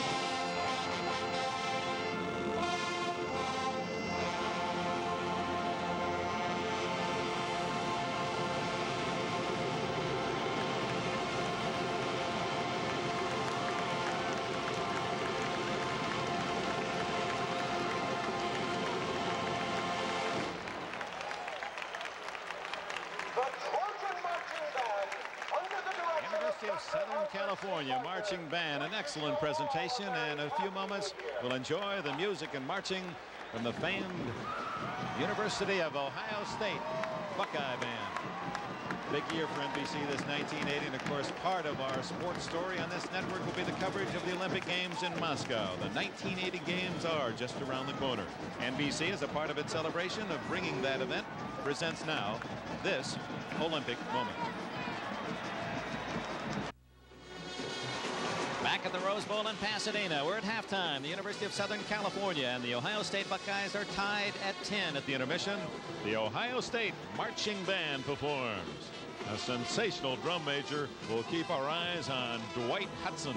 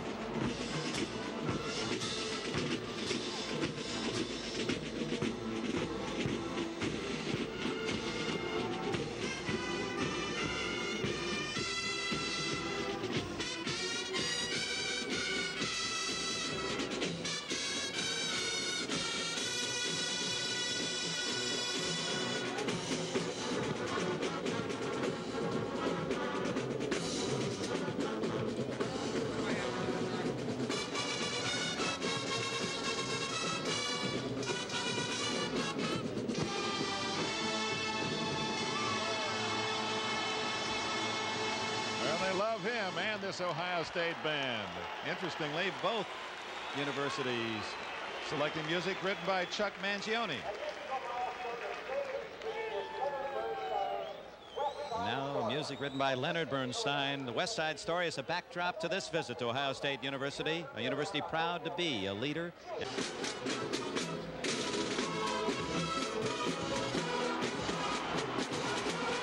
a one on either side of that large double circle, and you've got the score. 10-10 at halftime. And upcoming a special treat. Mr. Hudson has won the favor of this large audience of over 100,000 fans. Now the famed Script, Ohio. This musical milestone was first performed in 1936. Has now become the signature of this outstanding band.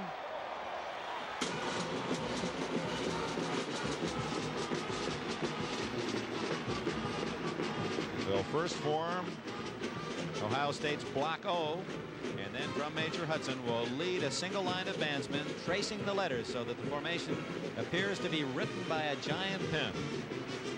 And ultimately the letter I dotted by a senior sousaphone player. That's Doug Wendell from New Albany, Ohio. Here they come, Ohio.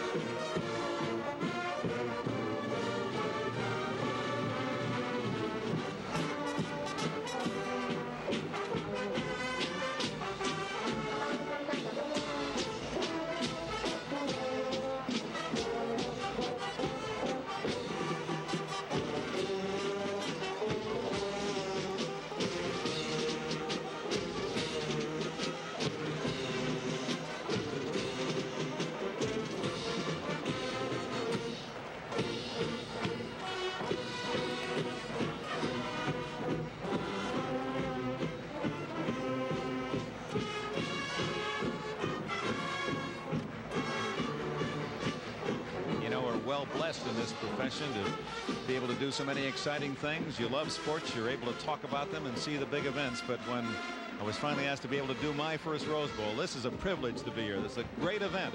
It's a happening every year, January 1st in Pasadena. We're pleased to share it with you. And the committee responsible, the football committee for this game, and all of those who worked so hard, so feverishly in the entire presentation of the Tournament of Roses from parade through game are to be commended heartily. There is no other January 1st quite like the one you can spend in Pasadena, California.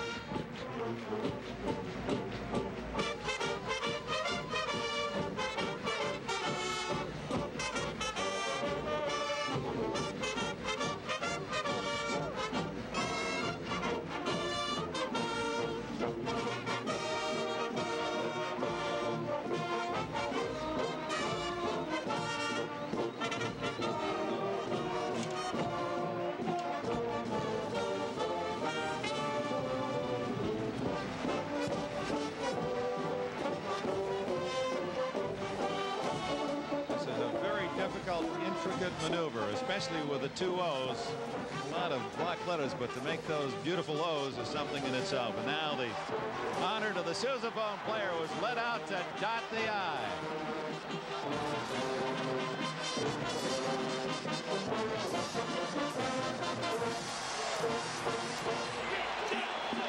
Thank you, USC. Thank you, Ohio State, for an outstanding halftime show.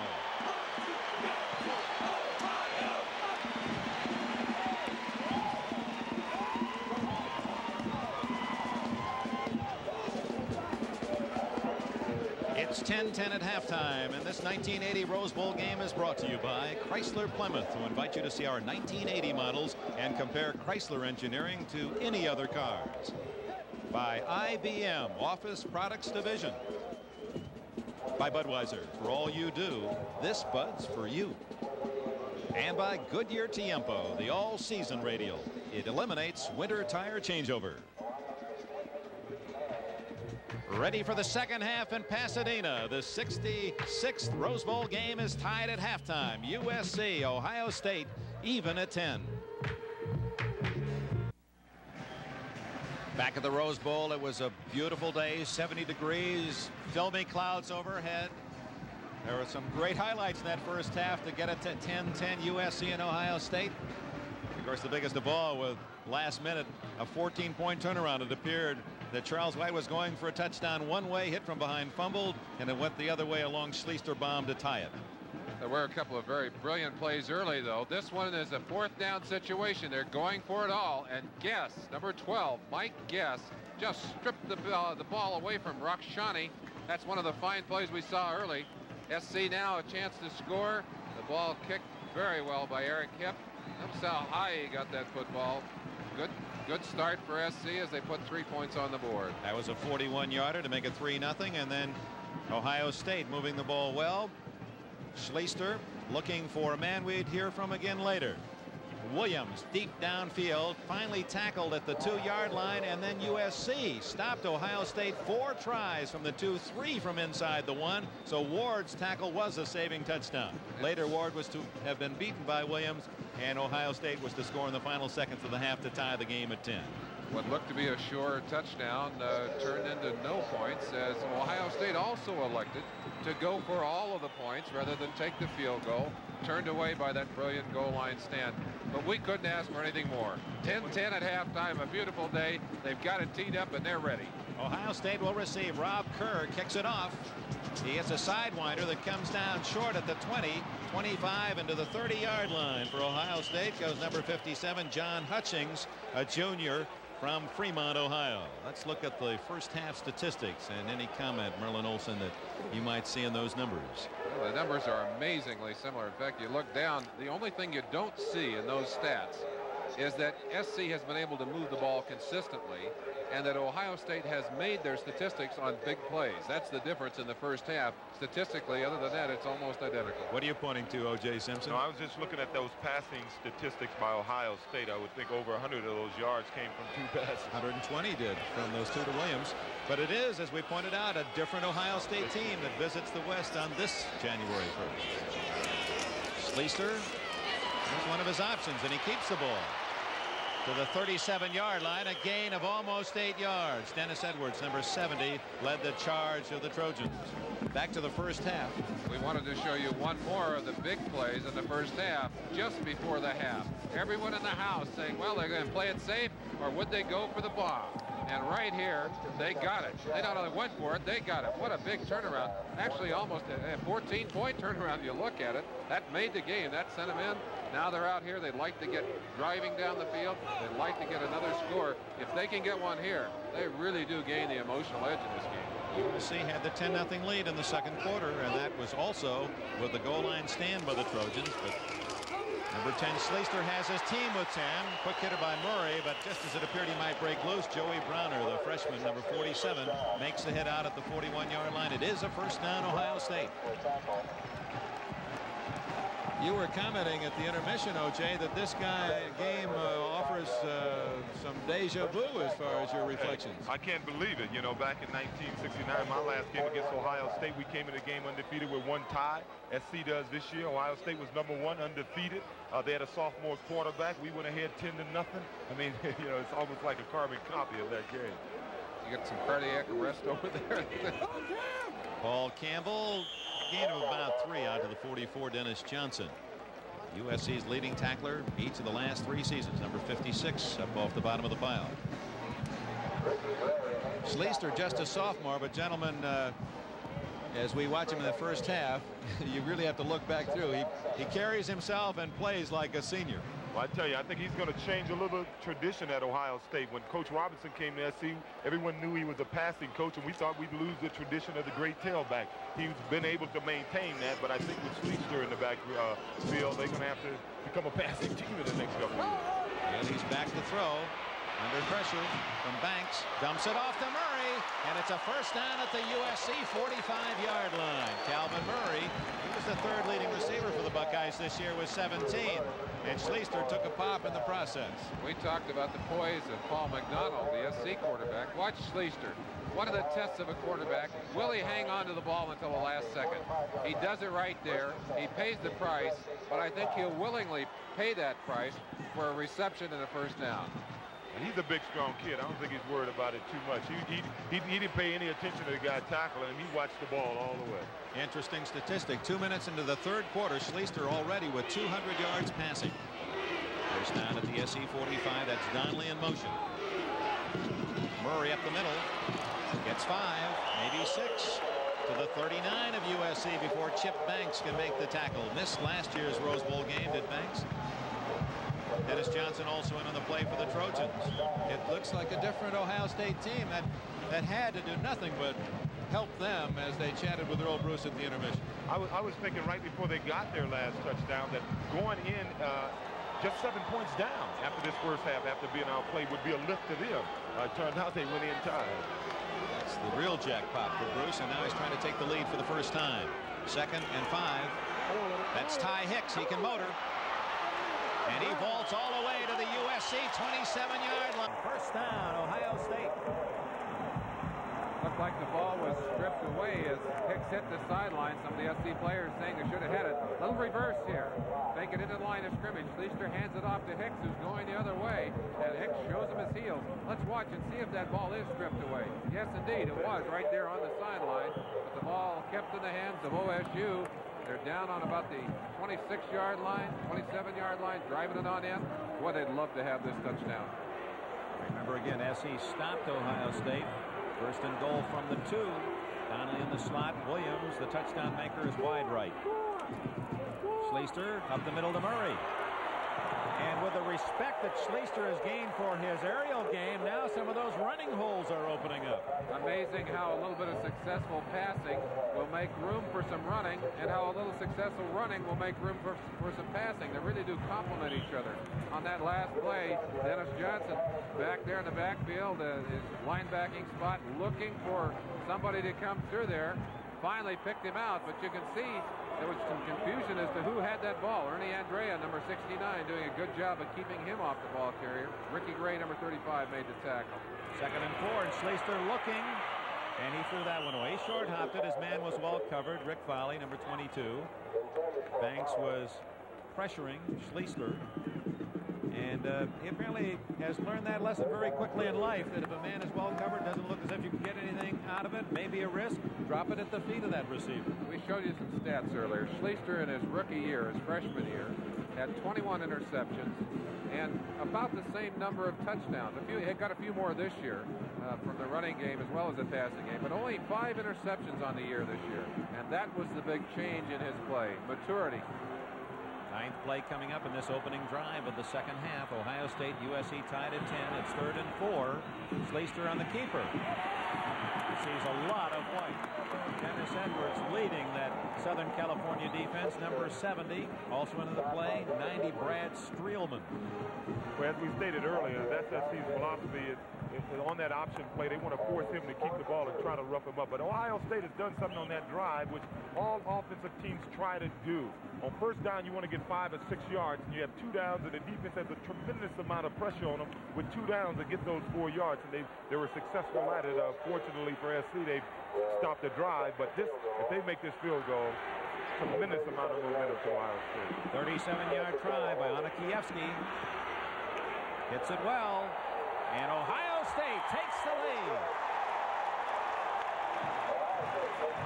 Onikiewski, 15 out of 18 for the year, 2 for 2 today, and for the first time, the Scarlet and Gray of Ohio State is in the lead. 4 minutes gone in the second half. Buckeyes 13, Trojans 10. Ohio State leads for the first time in this Rose Bowl, 13-10. 10 minutes, 53 seconds remaining in the third quarter. And USC about to have offensive possession for the first time in this half.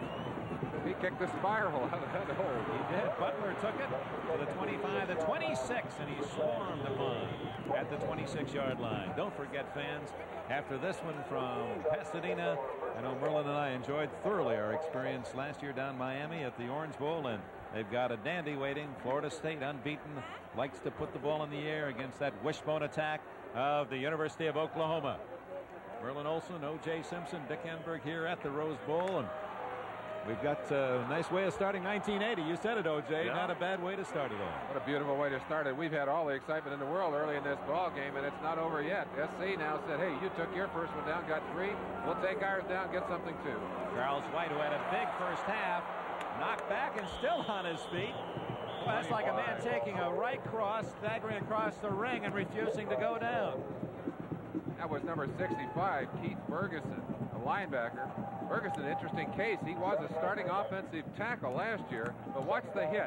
White doing a great job of accelerating right there with the helmet.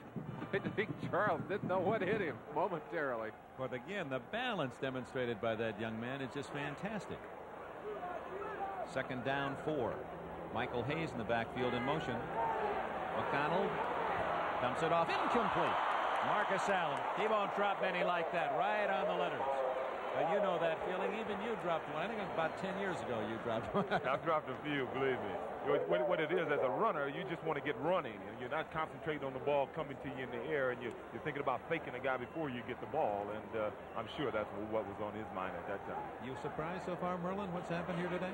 I think not surprised, because I think the emotional factor, the little extra that Ohio State has emotionally has given them an edge in this ball game. I don't think there's any question that SC has demonstrated that they have the physical edge, but I think Ohio State has had the emotional edge.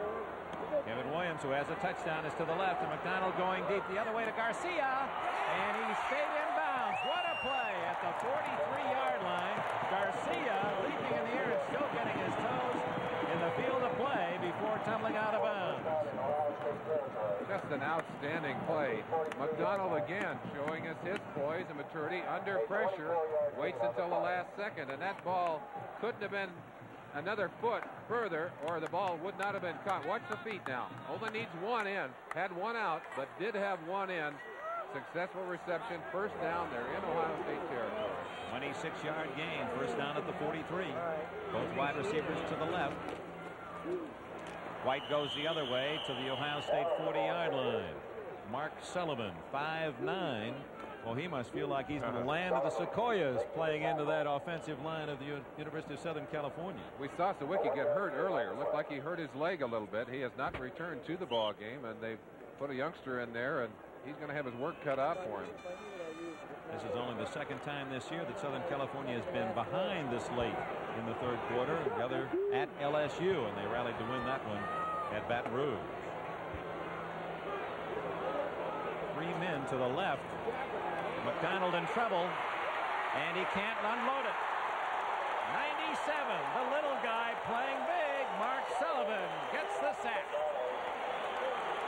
We just talked about Mark Sullivan. He's just a sophomore. He must have anticipated that snap count. Watch how quick he gets off here. He gets Chris Foote, number 62, going backwards. Foote has no chance. That's a Fran Tarkenton move by McDonald there, but it didn't pay off. He was able to get a hold of him. Sullivan puts him on the ground. First sack of the game. O.J., as they lined up, Charles White came out to the left almost tentatively, as if maybe he thought he should have been to the right. It appeared that play got off poorly. Yeah, I think he was supposed to go in motion and set up, and McDonald told him at the last minute to set up over there. I guess he just missed the call. Third down and long, and McDonald looks long. Stead goes short to Allen. 50, 40, 30. And he's down to the 28-yard line. Big play.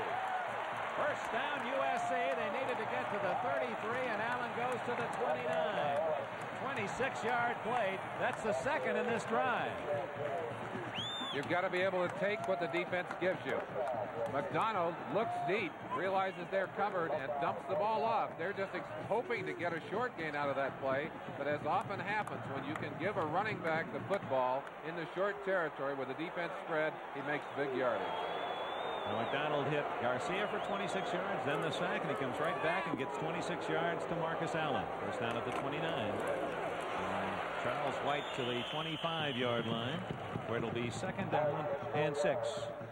O.J., are they still running the same plays now that they ran when you were tailback for SC? Oh, yes, they are. It's basically the same thing. John McKay, as I was stating earlier, he put in the 28 blast back about 18 years ago, and it's still their basic bread and butter play, and why shouldn't it when you're averaging 7.7 yards a carry on it? Raymond Butler, far right. Kevin Williams is in the slot. Allen and White behind McDonald, 2nd and 6. McDonald looking for Williams. Incomplete. Well covered. Mike Guess was helping out short, and Skillings, 48, came over to play him deep. Dick, that was a case where McDonald rolling out had all kinds of room. And I think if he had been Schleister, he would have taken off and run with the football. But McDonald is not a running quarterback and loses some dimension because of that. Another glimpse eye view of the Rose Bowl. She hovers overhead to bring us aerial views of the Buckeyes and Trojans today. Captures some of this spectacle in Pasadena. Well, what a sight. We walked in here, hardly anyone in the bowl early this morning after seeing the parade. What a sight. McDonald trying to find Williams, but he's covered well by Ray Ellis, number 27. That brings up 4th down and 6. So after first down carry by White for 4 yards, 2 incomplete passes, and now USC will try to tie it up as number 10 Eric Hipp into the ball game. Be a long field goal, about a 47-yarder. That would be his longest of the year, Merlin. He does have a leg to do that, Dick, but he hasn't been consistent with it. You know, you made mention early in the game that Ohio State had a superior kicking game, and it may show here. Actually, it's just 42 yards, and he's got it on the way. It is no good. Wide to the left. But a flag is down, and it appears that they may have run into the kicker. Skillings, 48, trying to block the field goal. Guilty of the foul. USC maintains possession, and the Cardinal and gold cheer across the way. The new rule this year in college football, that'll be an automatic first down. It carries a big 15-yard penalty. SC, who wouldn't have had the 3, now may have a chance to go for the 7.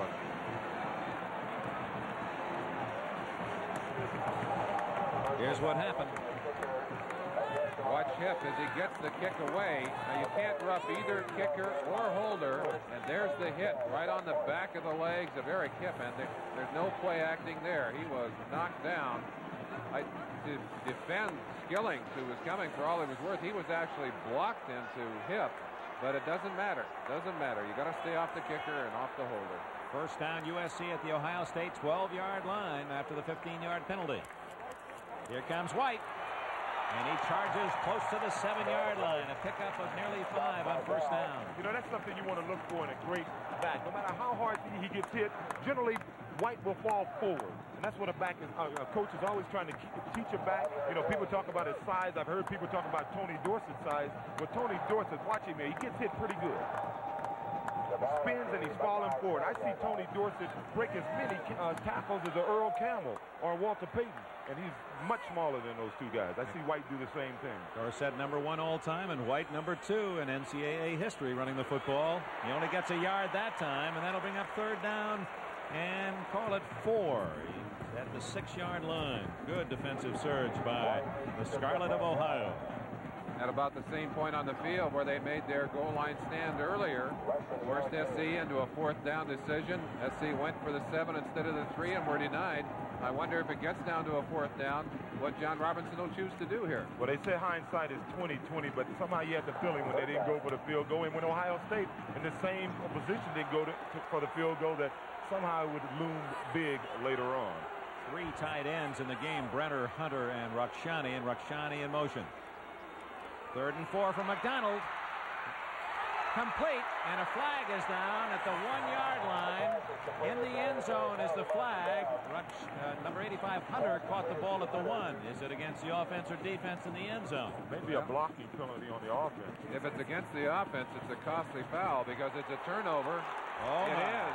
Oh, and they'll turn the ball over on the 20-yard line if it's It's in the end zone. It was in the end zone, and Ohio State gets the ball at the 20-yard line. I don't think they realize it yet.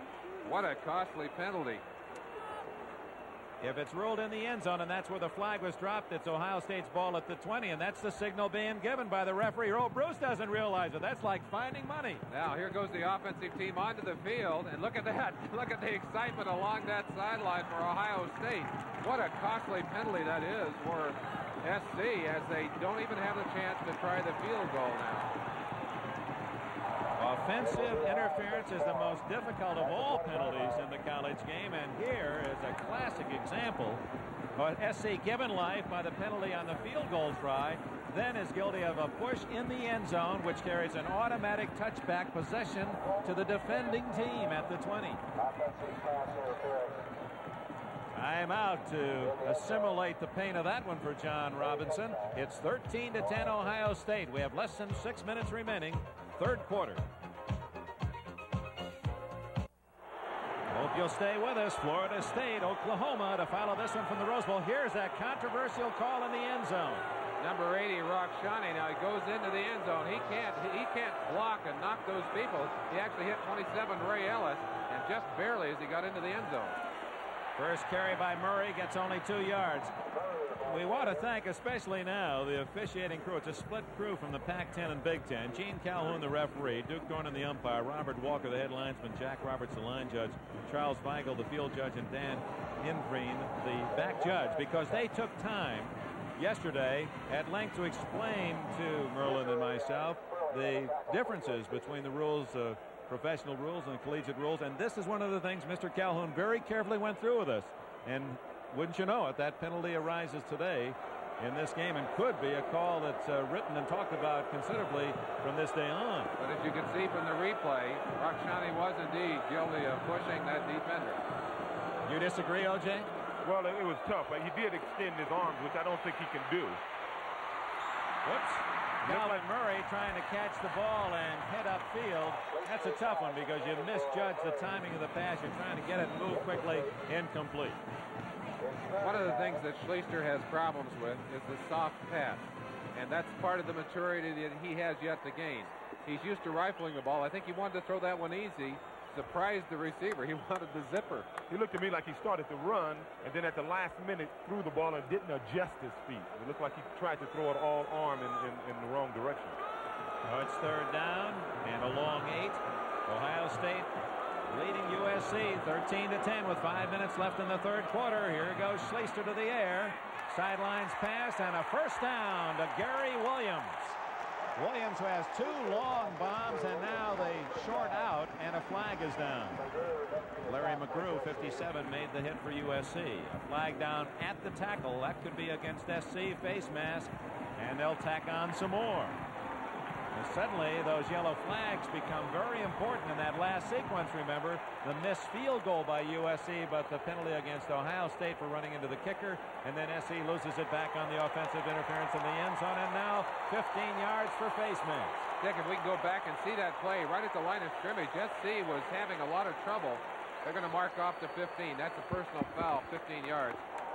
Quickly, let's look at it. SC have flip-flops the defense, and they hadn't finished flip-flopping. You saw Lapka try to get over to the side.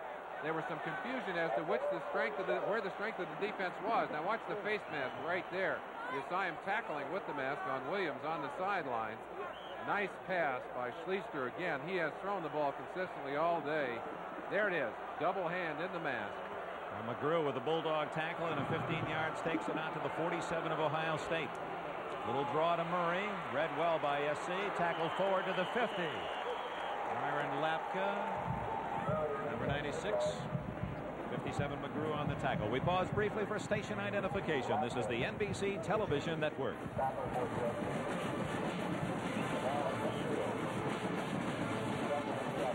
Dick Enberg, Merlin Olsen, O.J. Simpson from Pasadena's Rose Bowl. The USC Trojans jumped into the 10-0 lead into the second quarter. Ohio State tied it at 10-10 on a remarkable turnaround as it appeared that Charles White was going to go for a long touchdown fumble when hit from behind. Ohio State got the long pass bomb away in the final seconds of the half to tie it at 10-10. A field goal by Ohio State here in the third quarter has given Ohio State its first lead of the game, and now an unusual offensive interference call in the end zone has cost USC the ball. Ohio State driving into SC territory at the 47-yard line, looks at 3rd down and 3.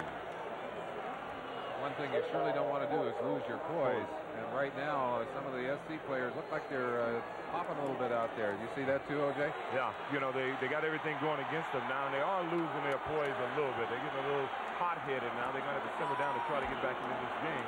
Reverse to Ty Hicks.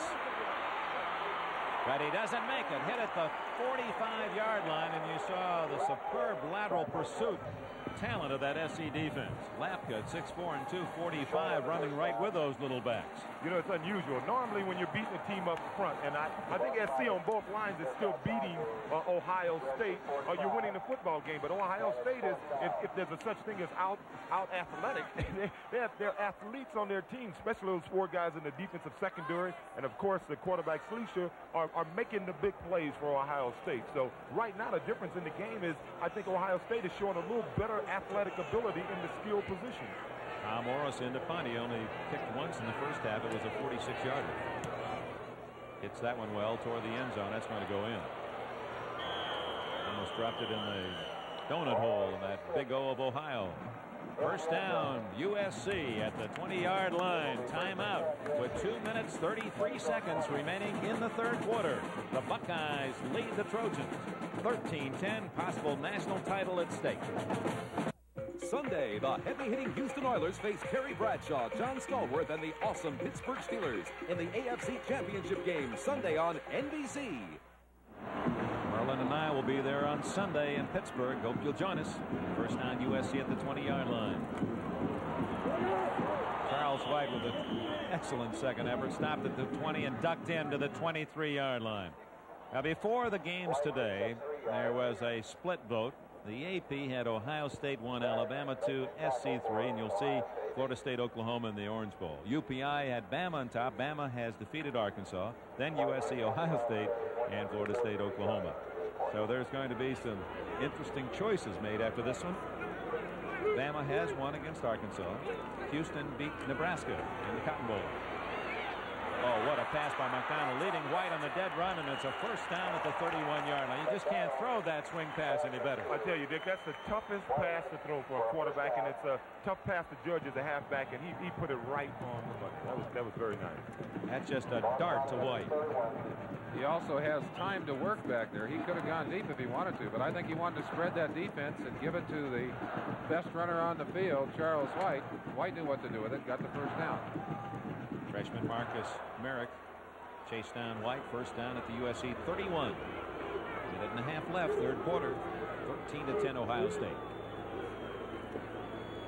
Charles White hit from behind and dropped for a loss by Mark Sullivan, 97. Again, he's only 5'9", 212.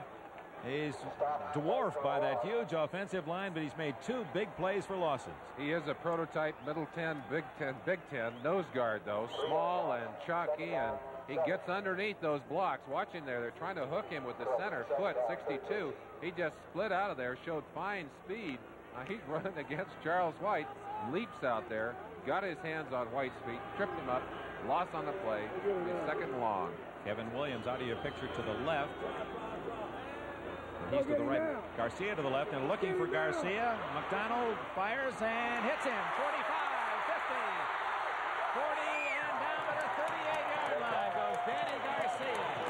Oh, there's an interesting story. Garcia was not drafted out of high school except by one school, Linfield College of Oregon. So he went to junior college, was the JC reception leader, and then to USC. Recruited out of college. He was covered real well on that play, but he's a mark of a good receiver. Will scramble when he sees his quarterback is in trouble, and he came back to the quarterback, scrambled a little bit, caught the pass, and did a fine job of running after he got the ball. Let's give Marcus Allen some credit. Had he not kept the linebacker, Laughlin, away from the quarterback, he wouldn't have had time to throw that pass. Allen is an outstanding blocker, and he gets the handoff straight ahead to the 37-yard line. Allen has done so well, and this is really first full year at fullback, that some of the talks about him taking over for White's job at tailback, they say, gee, we'd almost like to keep you right at fullback the way you've blocked and carried the ball from that position. Well, but I think they'll recall a man named Ricky Bell who played fullback for Anthony Davis one year, and he moved back to tailback and did all right. All right is the understatement. The end of the third quarter of this Rose Bowl Classic, and the Ohio State Buckeyes are in the lead. The score as we go to the fourth period, Buckeyes 13, Trojans 10. NBC and the United States Olympic Committee also would like to remind you that the USJCs need 50,000 volunteers to help on Olympic Gold Medal Day. That's April 26th. We'll give you more information after this play by McDonald. It's second down and 6. He's caught from behind, rips his way free, and completes it to White, but for a loss to the 37-yard line, 38-yard line of Ohio State, and that'll bring up third down and 8. The date again is April 26th. The JCs need 50,000 volunteers to help on that Olympic Gold Medal Day. If you want to help our Olympic team get ready for Moscow, check with your local JC's office tomorrow. Join the team April 26th. Dick, before that last play, SC had thrown 16 passes and rushed 36 times. They're trying to get a mix of 60% run and 40% pass. They haven't been able to do it today, I think, because of the aggressiveness of this Ohio State defense. Big third and 8, and that's Michael Hayes in motion. Good protection. He's going deep. What a catch by 89 Hobie Brenner. Brenner hauls it in at the 24-yard line. First down, USC. First down at the 25-yard line. Sometimes it pays to be tall. Hobie Brenner is about 6'5", and Ray Ellis jumped for the interception, jumped to try and knock it away. He couldn't reach that football. Brenner could. First down, big play. Third and 8, SC sustains its drive with a first down at the Ohio State 24. Early fourth quarter, Buckeyes lead 13-10. 3 tight ends in for USC. Rakshani essentially a tight end. Here comes White behind Rakshani. Tripped up at the 21-yard line. White a gain of 3 unofficially now with 143 yards rushing today. Well, they say the great ones, they perform at their best in the big games, and it happens time and time again, you know. 180 yards was his average this year. You know, he rushed this year for more than a mile, and he's now over 6,000 yards in his career. I think the thing that's impressive about his career is his durability. The fact that he has rushed over 1,100 times in his 4 years, that's remarkable to me. Missed a few quarters this year early in the year, but so durable. McDonald looking into the end zone. Garcia was open, but I believe that Ellis 27 did get a hand on it. It appeared the pass was deflected. Ellis got his fingers on the ball. Well, I tell you, Ellis was playing that all the way, it appeared to me, and I don't think McDonald saw him coming across. He looked like he was pacing himself across there, waiting for him to throw the ball, and was going to try to go and pick it off. I think McDonald was so sure that Ellis was not going to be there, O.J., that he threw it anyway. Yeah, I don't think he saw him, and Ellis really, I don't think it was a finger that got the ball. He just missed the ball. Ellis looked like he had the ball intercepted. He did have a piece of it and deflected it behind Garcia, so it's now third down again for McDonald. 3rd and 7 from the 21. That's White in motion. And McDonald rolls this way, looking for Kevin Williams. No, and his man falls. Garcia, Danny Garcia, as he made his cut to the inside, fell on the grass, and it's 4th and 7, and here comes Eric Hipp for the field goal try. I think the pass is behind Garcia, though. Even before he falls, the ball is thrown badly. He's trying to stop and go back for it. So had that ball been thrown accurately, would probably have been caught, would have been close to the first down. Yeah, Paul McDonald didn't set up. Normally he'll get outside, set up, and throw, and that time he tried to throw on the run, and I think it threw his accuracy. Hipp has connected from 41 yards, missed from 42, but that was the penalty play. This one will be 39 yards. High, long, and no good. It's wide to the left.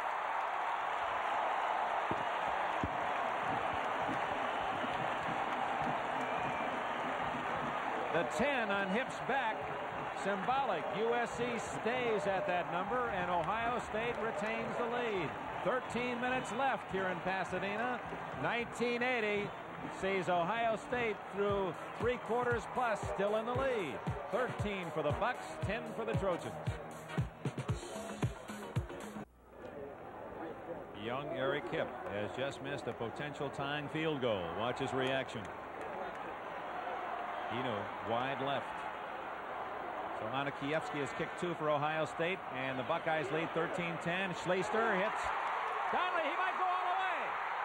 40, 30, 25, all the way to the 20-yard line. Schleister hooks up again on a long gainer.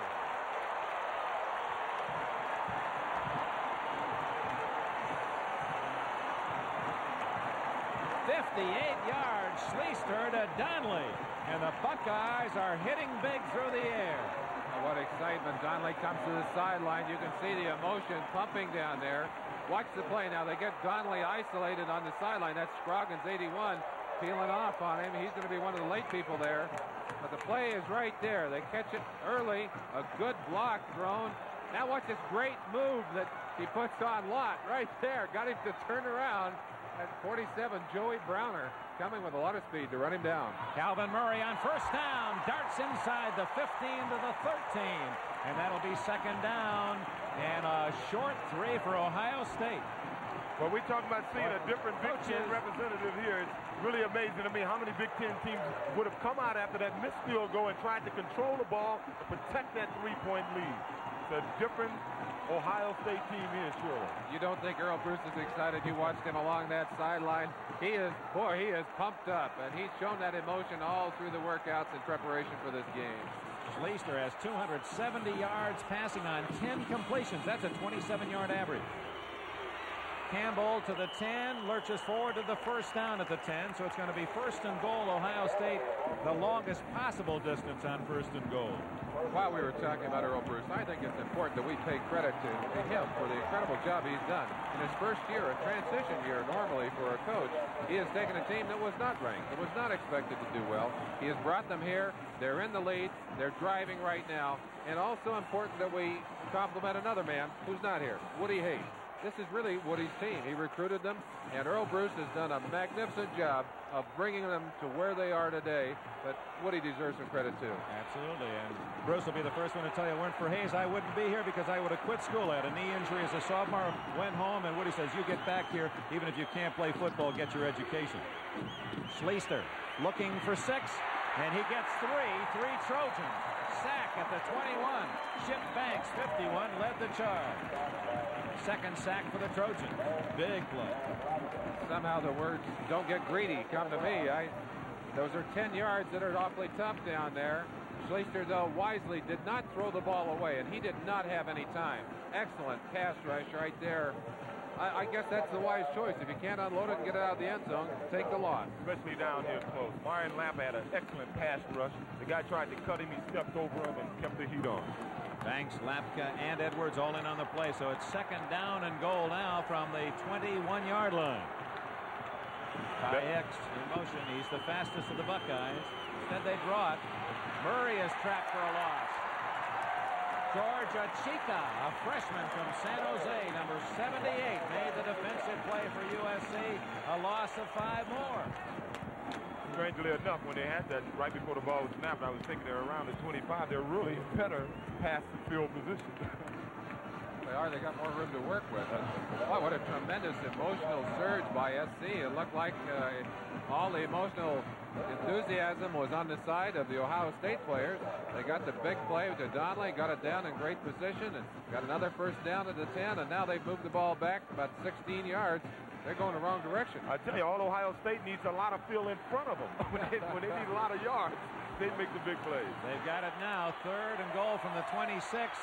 Dumps it off to Murray. 25. Looking for blockers. 20. 15. 10. He's all the way to the 7-yard line. When they need a lot of yards, they make a big play. But that was a running play more than a pass. It was Murray catching the pass and some cross-field running by Murray gets him to the 7, where it's 4th and goal. Well, the plays are called by head coach Earl Bruce. He called a smart one here. I think he was looking for enough yardage to get a field goal up. He got more than that. Murray did an incredible job of breaking tackles. Joey Browner there, the last guy to get a hold of him. Otherwise, he might have been in the end zone. Now from ground level, you see Schleister, the quick pop. to Murray, gets him in the open field, and Murray shows that he likes it out there where he can play with those tacklers. 5 men hit him before they finally dragged him down, and now Anakievsky to try a 24-yard field goal. Ohio State has 3 more. Anakievsky's 3rd field goal of the game. He's the all-time field goal kicker in Ohio State history as a senior, punctuating that title today. 9:42 remaining in the game here in Pasadena. Ohio State now leads USC 16-10.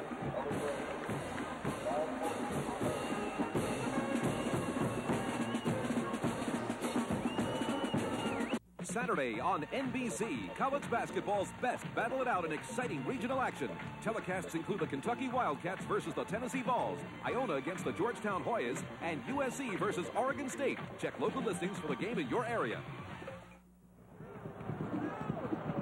16-10, Ohio State leads USC with 9:42 left. Atha will kick it off. Anakievsky has set a new Rose Bowl record with 3 field goals.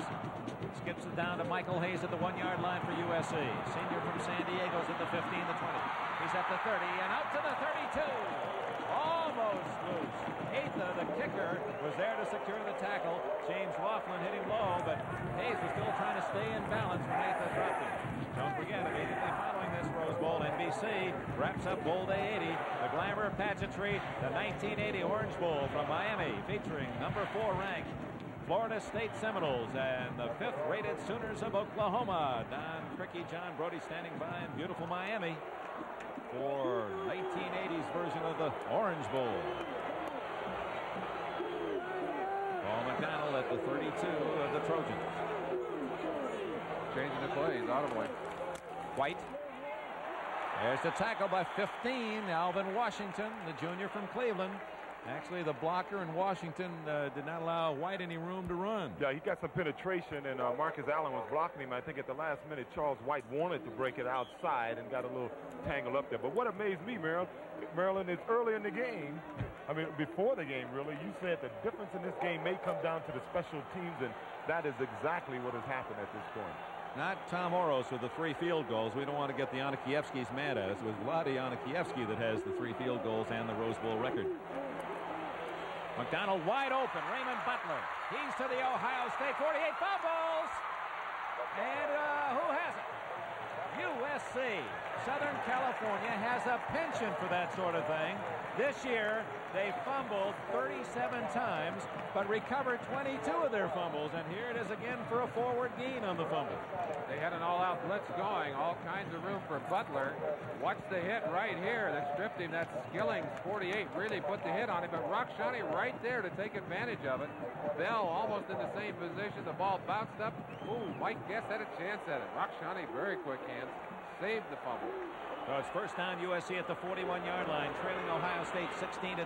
8.5 minutes left, 4th quarter. Rockshani with the zap action. And McDonald to White. He has a first down at the Ohio State 29-yard line. And here come the Trojans. Talked earlier about this physical advantage and what you have to do to beat it. You've got a slant, you've got a loop, you've got a stunt, and sometimes that leaves some room in the middle. You don't want to leave Charles White any room in the middle. He knows what to do with it. First down, 29 of Ohio State. Allen and White stacked up behind McDonald. Kevin Williams to the right.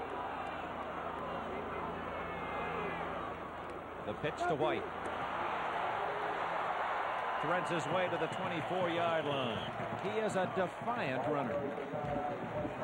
They say a good runner. You have to run with a little reckless abandon. You can't worry about getting hurt. White does that. I guess he personifies that more than any back I've ever seen. He throws his body. You know, for a full guy, he takes more shots and he jumps right back. He is little at 6 feet tall if he's that at 185, but when you see his torso, he's not little. Looks like somebody took the skin apart and put metal in there for muscles. He is built as well as any man would ever want to be. He's a strong man at 185. He shows that in his running style. 2nd and 5. McDonald looking incomplete. Danny Garcia rocked hard as he went for the catch at the 13-yard line. Again, good defense by Ohio State. Vince Skillings with a hit. Super hit. That was a case of Paul McDonald going for almost the whole loaf that time. He had two guys I think he could have gotten the first down with.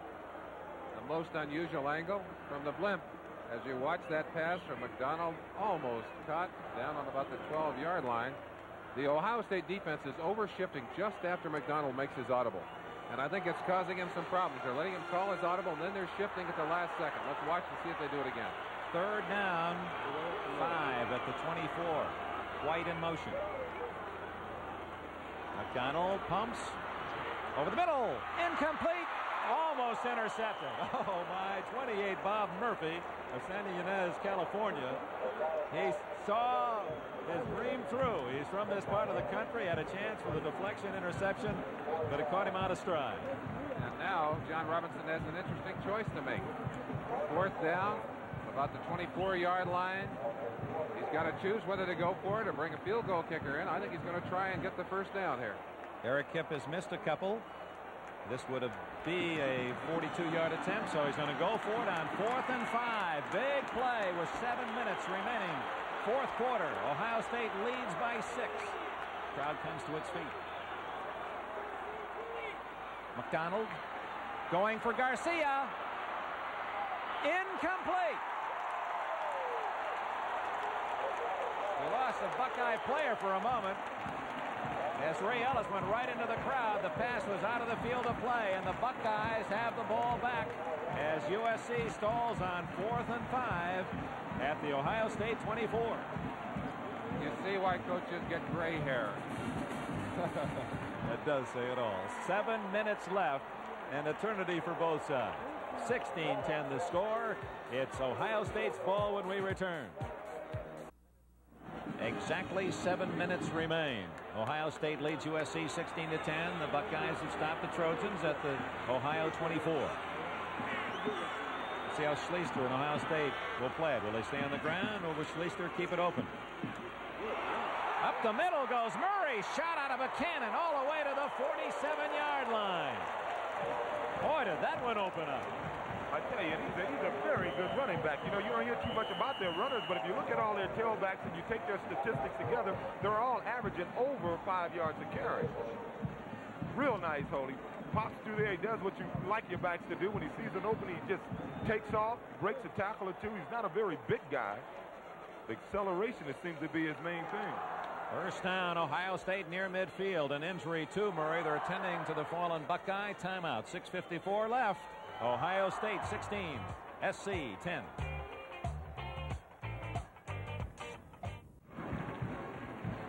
Hickenberg, Merlin Olsen, O.J. Simpson at the Rose Bowl. The clock winding down. 6:54 left. The underdog Ohio State Buckeyes lead it 16-10, and they have a first down at the 47.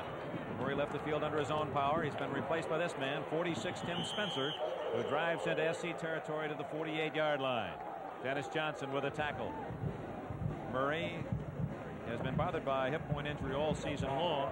We don't know if that was the case on that last play. He's had a big day, 78 yards. The leading rusher all season long, just 1 yard under 800. I think he was bothered by a hit by Chip Banks, number 51, who hit him before he went to the ground. He got his bell rung. You see them talking to him. He's not back yet. Second down and 6. Alabama won earlier against Arkansas. Houston beat Nebraska in the Cotton Bowl. Spencer play a little slow getting off. That's an interesting contrast to that same style play with White carrying it. Well, I think at USC you're taught, or you run the play so many times, you really know when to turn it up. On that play, I think the back may have been able to turn it up right away. The outside linebacker strung it out real well for USC, and I think he should have turned it up. He would have more success if he'd have turned up right away. Looking up the clock, Dick, 6:06 left to go. Third down, a big third down here. Ohio State would like to control the football if they can. If they can keep this drive alive, they may well be able to wipe out that time on the clock. And Ohio State has elected to call a timeout. Schleister visiting with his head coach Earl Bruce. 6 minutes and 6 seconds remain. Ohio State leads 16-10. 105,526 at the Rose Bowl today. I've seen underdog Ohio State rally from a 10-0 deficit, tied at the half at 10, take the lead on a pair of field goals in the second half at 16-10. Buckeyes with the ball, a critical 3rd and 5 at the USC 47. Donnelly in motion. Schleister under pressure. They've got him for a sack at the 43-yard line. Chip Banks, 51, with Charles Usry, 79, in support. Schleister, his high this year, 233 yards passing, and he's well surpassed that today. And he's trapped by the blitz here. Chip Banks, 51, coming from the backside. It looked like there was room to step up into the pocket a little bit. If he had done that, he might have had time to get that pass off. So Tom Morris, after that sack by Southern California, will have to kick it. He'll hit it about the 33. Raymond Butler stands at the USC 13. Beautiful kick.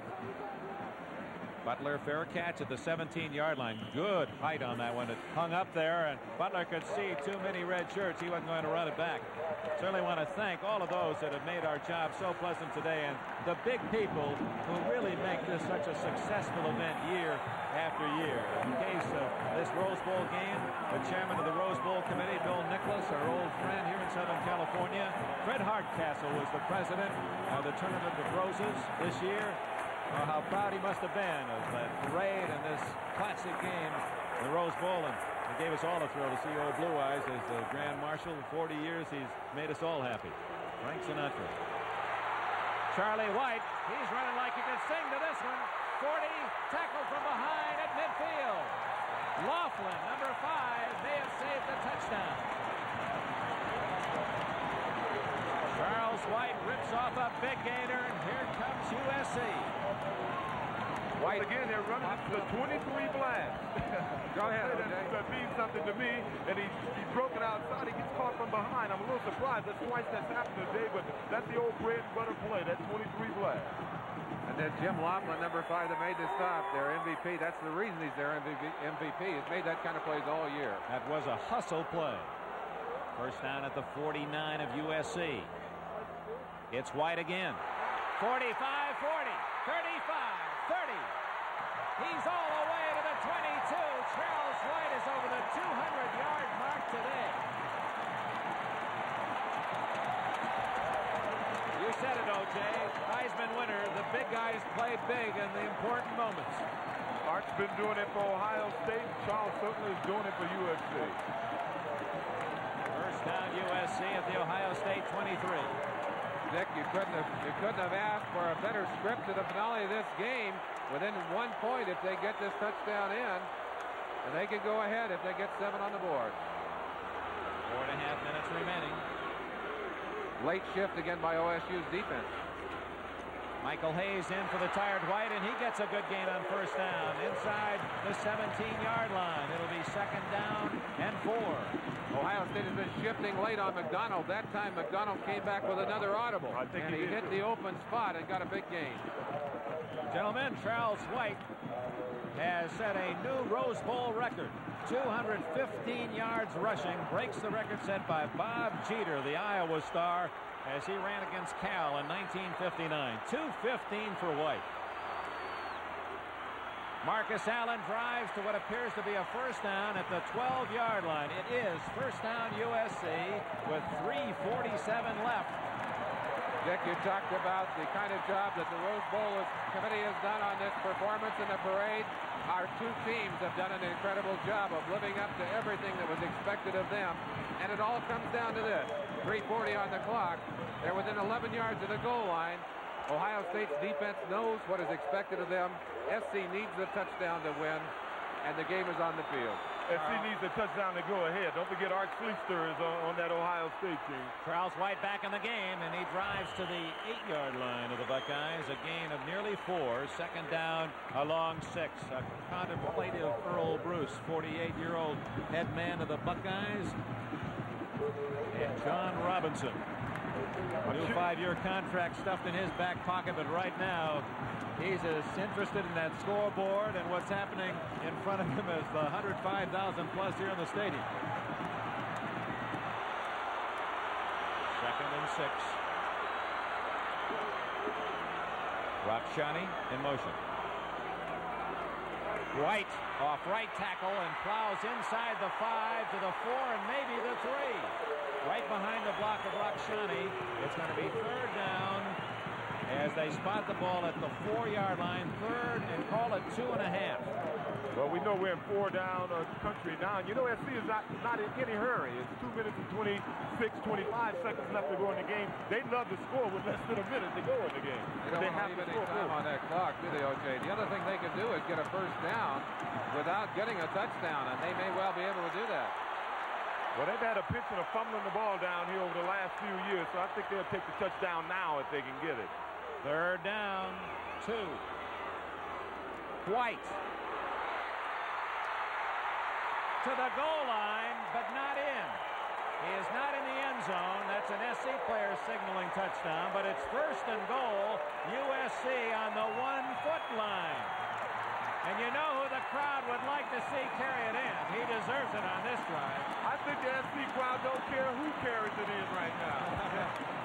You see the ball snuck up right next to the end zone, and watch the offensive surge. We talked about the physical superiority on the line of scrimmage. You see it right there, and you see great second effort from Charles White as well. 1st and goal. A touchdown to tie. An extra point would give SC the lead. 1:38 left. Clock is running. White, touchdown!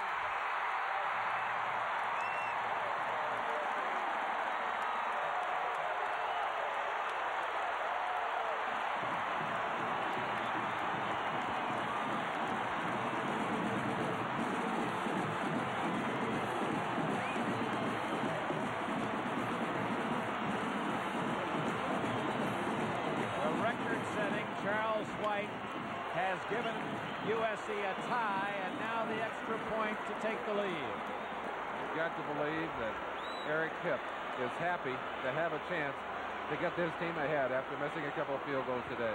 It's up, it's gone. And the scene will now shift to the Ohio State sidelines. The Buckeyes have 1:32 left to get Anakievsky into field goal range for a possible winner. Right now, the high emotions belong to the Trojans.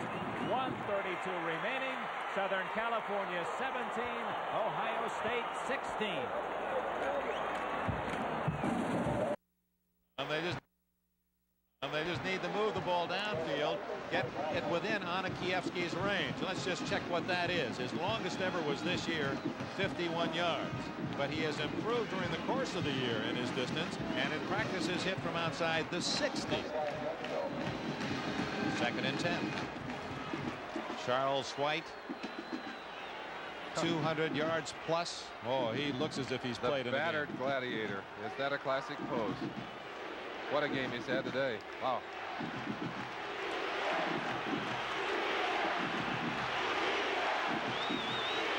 Schleister under pressure. How did he get that off? It's incomplete. Intended for Gary Williams, a man who has caught 2 long passes from Schleister today. Banks was wearing Schleister's uniform. He was also wearing number 51 Banks and 70 Edwards right here. Both of them on top of him. Bam, bam. He's lucky to get it out of there. Lucky it wasn't intercepted. I think he had a feeling for the open territory on that one, Dick. 1:23 left. Look at the pressure on Schleister. Ooh, right on the head. That alone will throw off the aim. Yep. So the defense for SC will loosen a bit. Remember, it was in a similar situation at the end of the first half that Schleister hit the long bomb for a touchdown. Protected better this time to Donnelly, but misses way over the head of his intended target, Doug Donnelly. So it comes down to 4th and 10, Ohio State. They have to go for it. It was in a situation like this earlier in the year that Schleister brought his team back against UCLA. They were down. They came back, went about 80-85 yards. But he doesn't have that many downs to work with. This is do or die. There are no more opportunities after this one unless we see something most remarkable. O.J. Simpson is on his way down to the floor of the Rose Bowl. Time permitting, perhaps a chat. Wouldn't that be something to get O.J. with Charles White, Heisman to Heisman? Or maybe it'll be Schleister. 4th and 10. He has to get at least 10. And it's almost almost intercepted. It matters not. SC gets the ball on downs. And there's only a minute 11 left in this game. I think Ronnie Lott didn't realize that it was fourth down. He was so pumped up about missing that pass. Let's watch the isolation here. It's Williams again, who had made the big plays, cuts inside. Lott slipped a little bit. Had the ball been thrown high enough, Williams might have had it. Lott missed it and said, how could I miss that interception? But the ball turns. Minute 11. All they need to do is grind that clock out. You'll see Ohio State call their timeouts, but unless they can pull the ball loose, not much of a chance now. John Robinson looking for his third Rose Bowl win and as many opportunities. 4 years as head man. Here comes White. 15, and he's into the 13-yard line, and the clock is running. Ohio State 103, 102 does not use its timeout yet. They have 2 left. It's 58 seconds. Still running. I'm surprised they haven't called their timeout. No question about the outstanding player in this game. He was co-MVP last year with Rick Leach, the outstanding Michigan quarterback. The Heisman winner wraps up an incredible 4-year collegiate career. He's rushed for 238 yards today, far and away a Rose Bowl record. He scored what proved to be the winning touchdown, and now Paul McDonald trying to run out the final seconds. 29-28. The fans are starting to count. Charles White again. An encore for White. Short yardage. And with 20 seconds left, 19, still Ohio State finally uses one of its remaining 2 timeouts. I can't believe they didn't call it earlier and try and force SC to handle the ball a couple of more times. It really is the only chance they had, Dick. Well, thanks to our NBC crew, covered this 1980 Rose Bowl Classic. Terry Coyle, who has directed 25 of these beauties. He's our own granddaddy. Larry Cirillo, our producer, our executive producer, Don Olmeyer, are with us today. All of those of you in the booth, our thanks, Dave Holman, Dave Rush, Joe Costanza, Jack Prote, Dennis Mnuchin, for your support. And flying high above Pasadena, our aerial ambassador again, Captain John Creighton at the controls. Thank you, Captain. Great job to get those sensational aerial views. Dick, you got to say that these 2 teams, as we said earlier, have lived up to the beauty of this day, the excitement of this Rose Bowl celebration. Magnificent parade this morning, a magnificent football game this afternoon, hanging on our seats until the last seconds. 2 great football teams and 2 well-balanced football teams. They gave us all the football we could digest during this afternoon. It all started here in 1902. There are a lot of bowl games to watch and enjoy, but this living up to its senior citizen title. It's the grandest of them all. They've played to all of that tradition today. With 16 seconds left, White a final carry, breaking tackles, and he's to the 4-yard line. 10-9, and the clock stopped Ohio State's final timeout. And in some manner, the gallant Buckeyes, in trying to stop the clock, hoping for that miracle fumble and a long play, are extending the incredible career of one Charles White. 246 yards for White.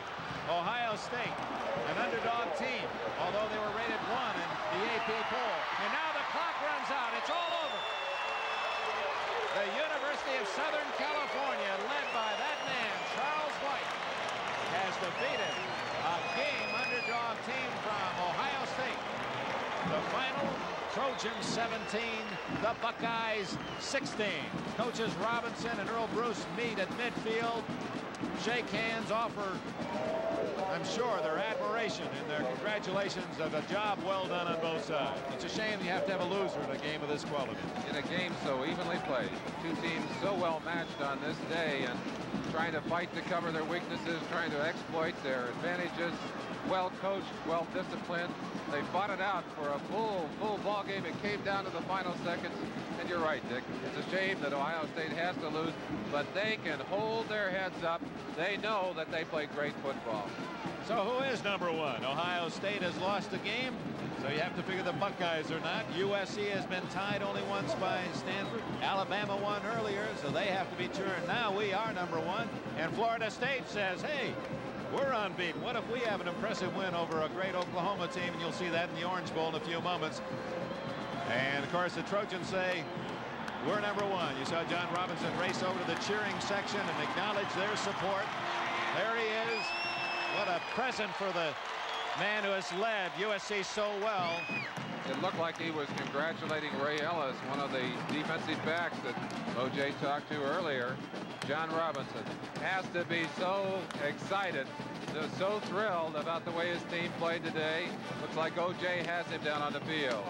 Right. Take it over, O.J., with Coach John Robinson. Yeah, I'm down here with Coach John Robinson. Coach, the boys, they came back like champions. They call them the Cardiac Kids, and they certainly deserve that name today. Well, Charlie White, the whole football team, but Charlie White's performance in that last drive is phenomenal. It's been that way all his career. He's the finest player I've ever been coached. But you got to look at this football game and say, there's no better show in the country. Both teams played great football. The Ohio State team, I thought, was super. I didn't think they'd ever let us in the end zone, and it was a great game all the way around, O.J. Well, Ohio State came in rated number 1 by one poll, and they certainly was deserving of that rating. What do you think SC should be rated now? Well, I don't know exactly. I think I got to sit down and look at Alabama. For me, we should be rated number 1. But a lot of people, there's probably 2 number 1 football teams in this country, and I think we're one of them. I'm sure Alabama's an outstanding team, too. But I can't think of anything. There's nothing else other than this football game for me. This was a great football game. God, how lucky can a man be to be involved in something like this? Well, Coach, congratulations. I know you want to get in the locker room with the guys. Hey, let's have a few more, huh? Oh, yeah. O.J., it was great. Thank you. Thank you. You know, it's you talk about. That's all right, O.J. You know, you talk about champions. You know, I've always stated that the champions play best in the best games. And let me tell you, Ohio State came here. They played like champions. They played a super football game. It's a shame that they had to lose the football game. But once again, Charles White is voted the top player in the country this year. And his performance today surely proved that he is certainly one of the finest players that ever played collegiate football. I'm proud of him. It was an exciting show. Hey, I'm just happy. I'm happy that the team won. I'm happy that it was a great game. It's a great way to start the 80s. It looked like it's going to be a super decade for sports. Dick, back to you. All right, O.J., great job. O.J. did a terrific job in restraining himself throughout the day. I thought I detected a little cardinal and gold coming out in his chat with John Robinson. To Coach Robinson, congratulations on his victory. To Coach Earl Bruce of Ohio State, you're taking a proud band of Buckeyes back to Columbus. Thank you for an outstanding afternoon. I think everyone can be proud of this day. Indeed. The executive producer of this 1980 Rose Bowl game, Don Ohlmeyer.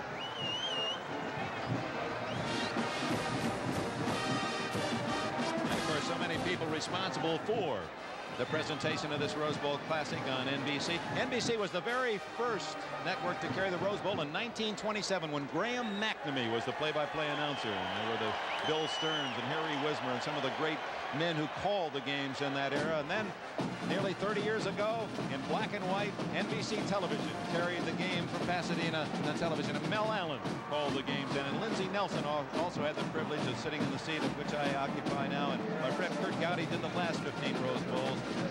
And it's almost a cliche now, but it's really an exciting way to start the year. So I don't think they could have had a more exciting game to play with, nor a more beautiful day to operate on. And again, I would have to say that we ought to offer our congratulations to this Rose Bowl committee. They are the people who put it on for us. They did such a fantastic job. Stay tuned for that Orange Bowl, folks. Dick Enberg, Merlin Olsen, O.J. Simpson from Pasadena, California. Thank you for joining us. This 1980 game belongs to the University of Southern California. The final score, USC 17, Ohio State 16.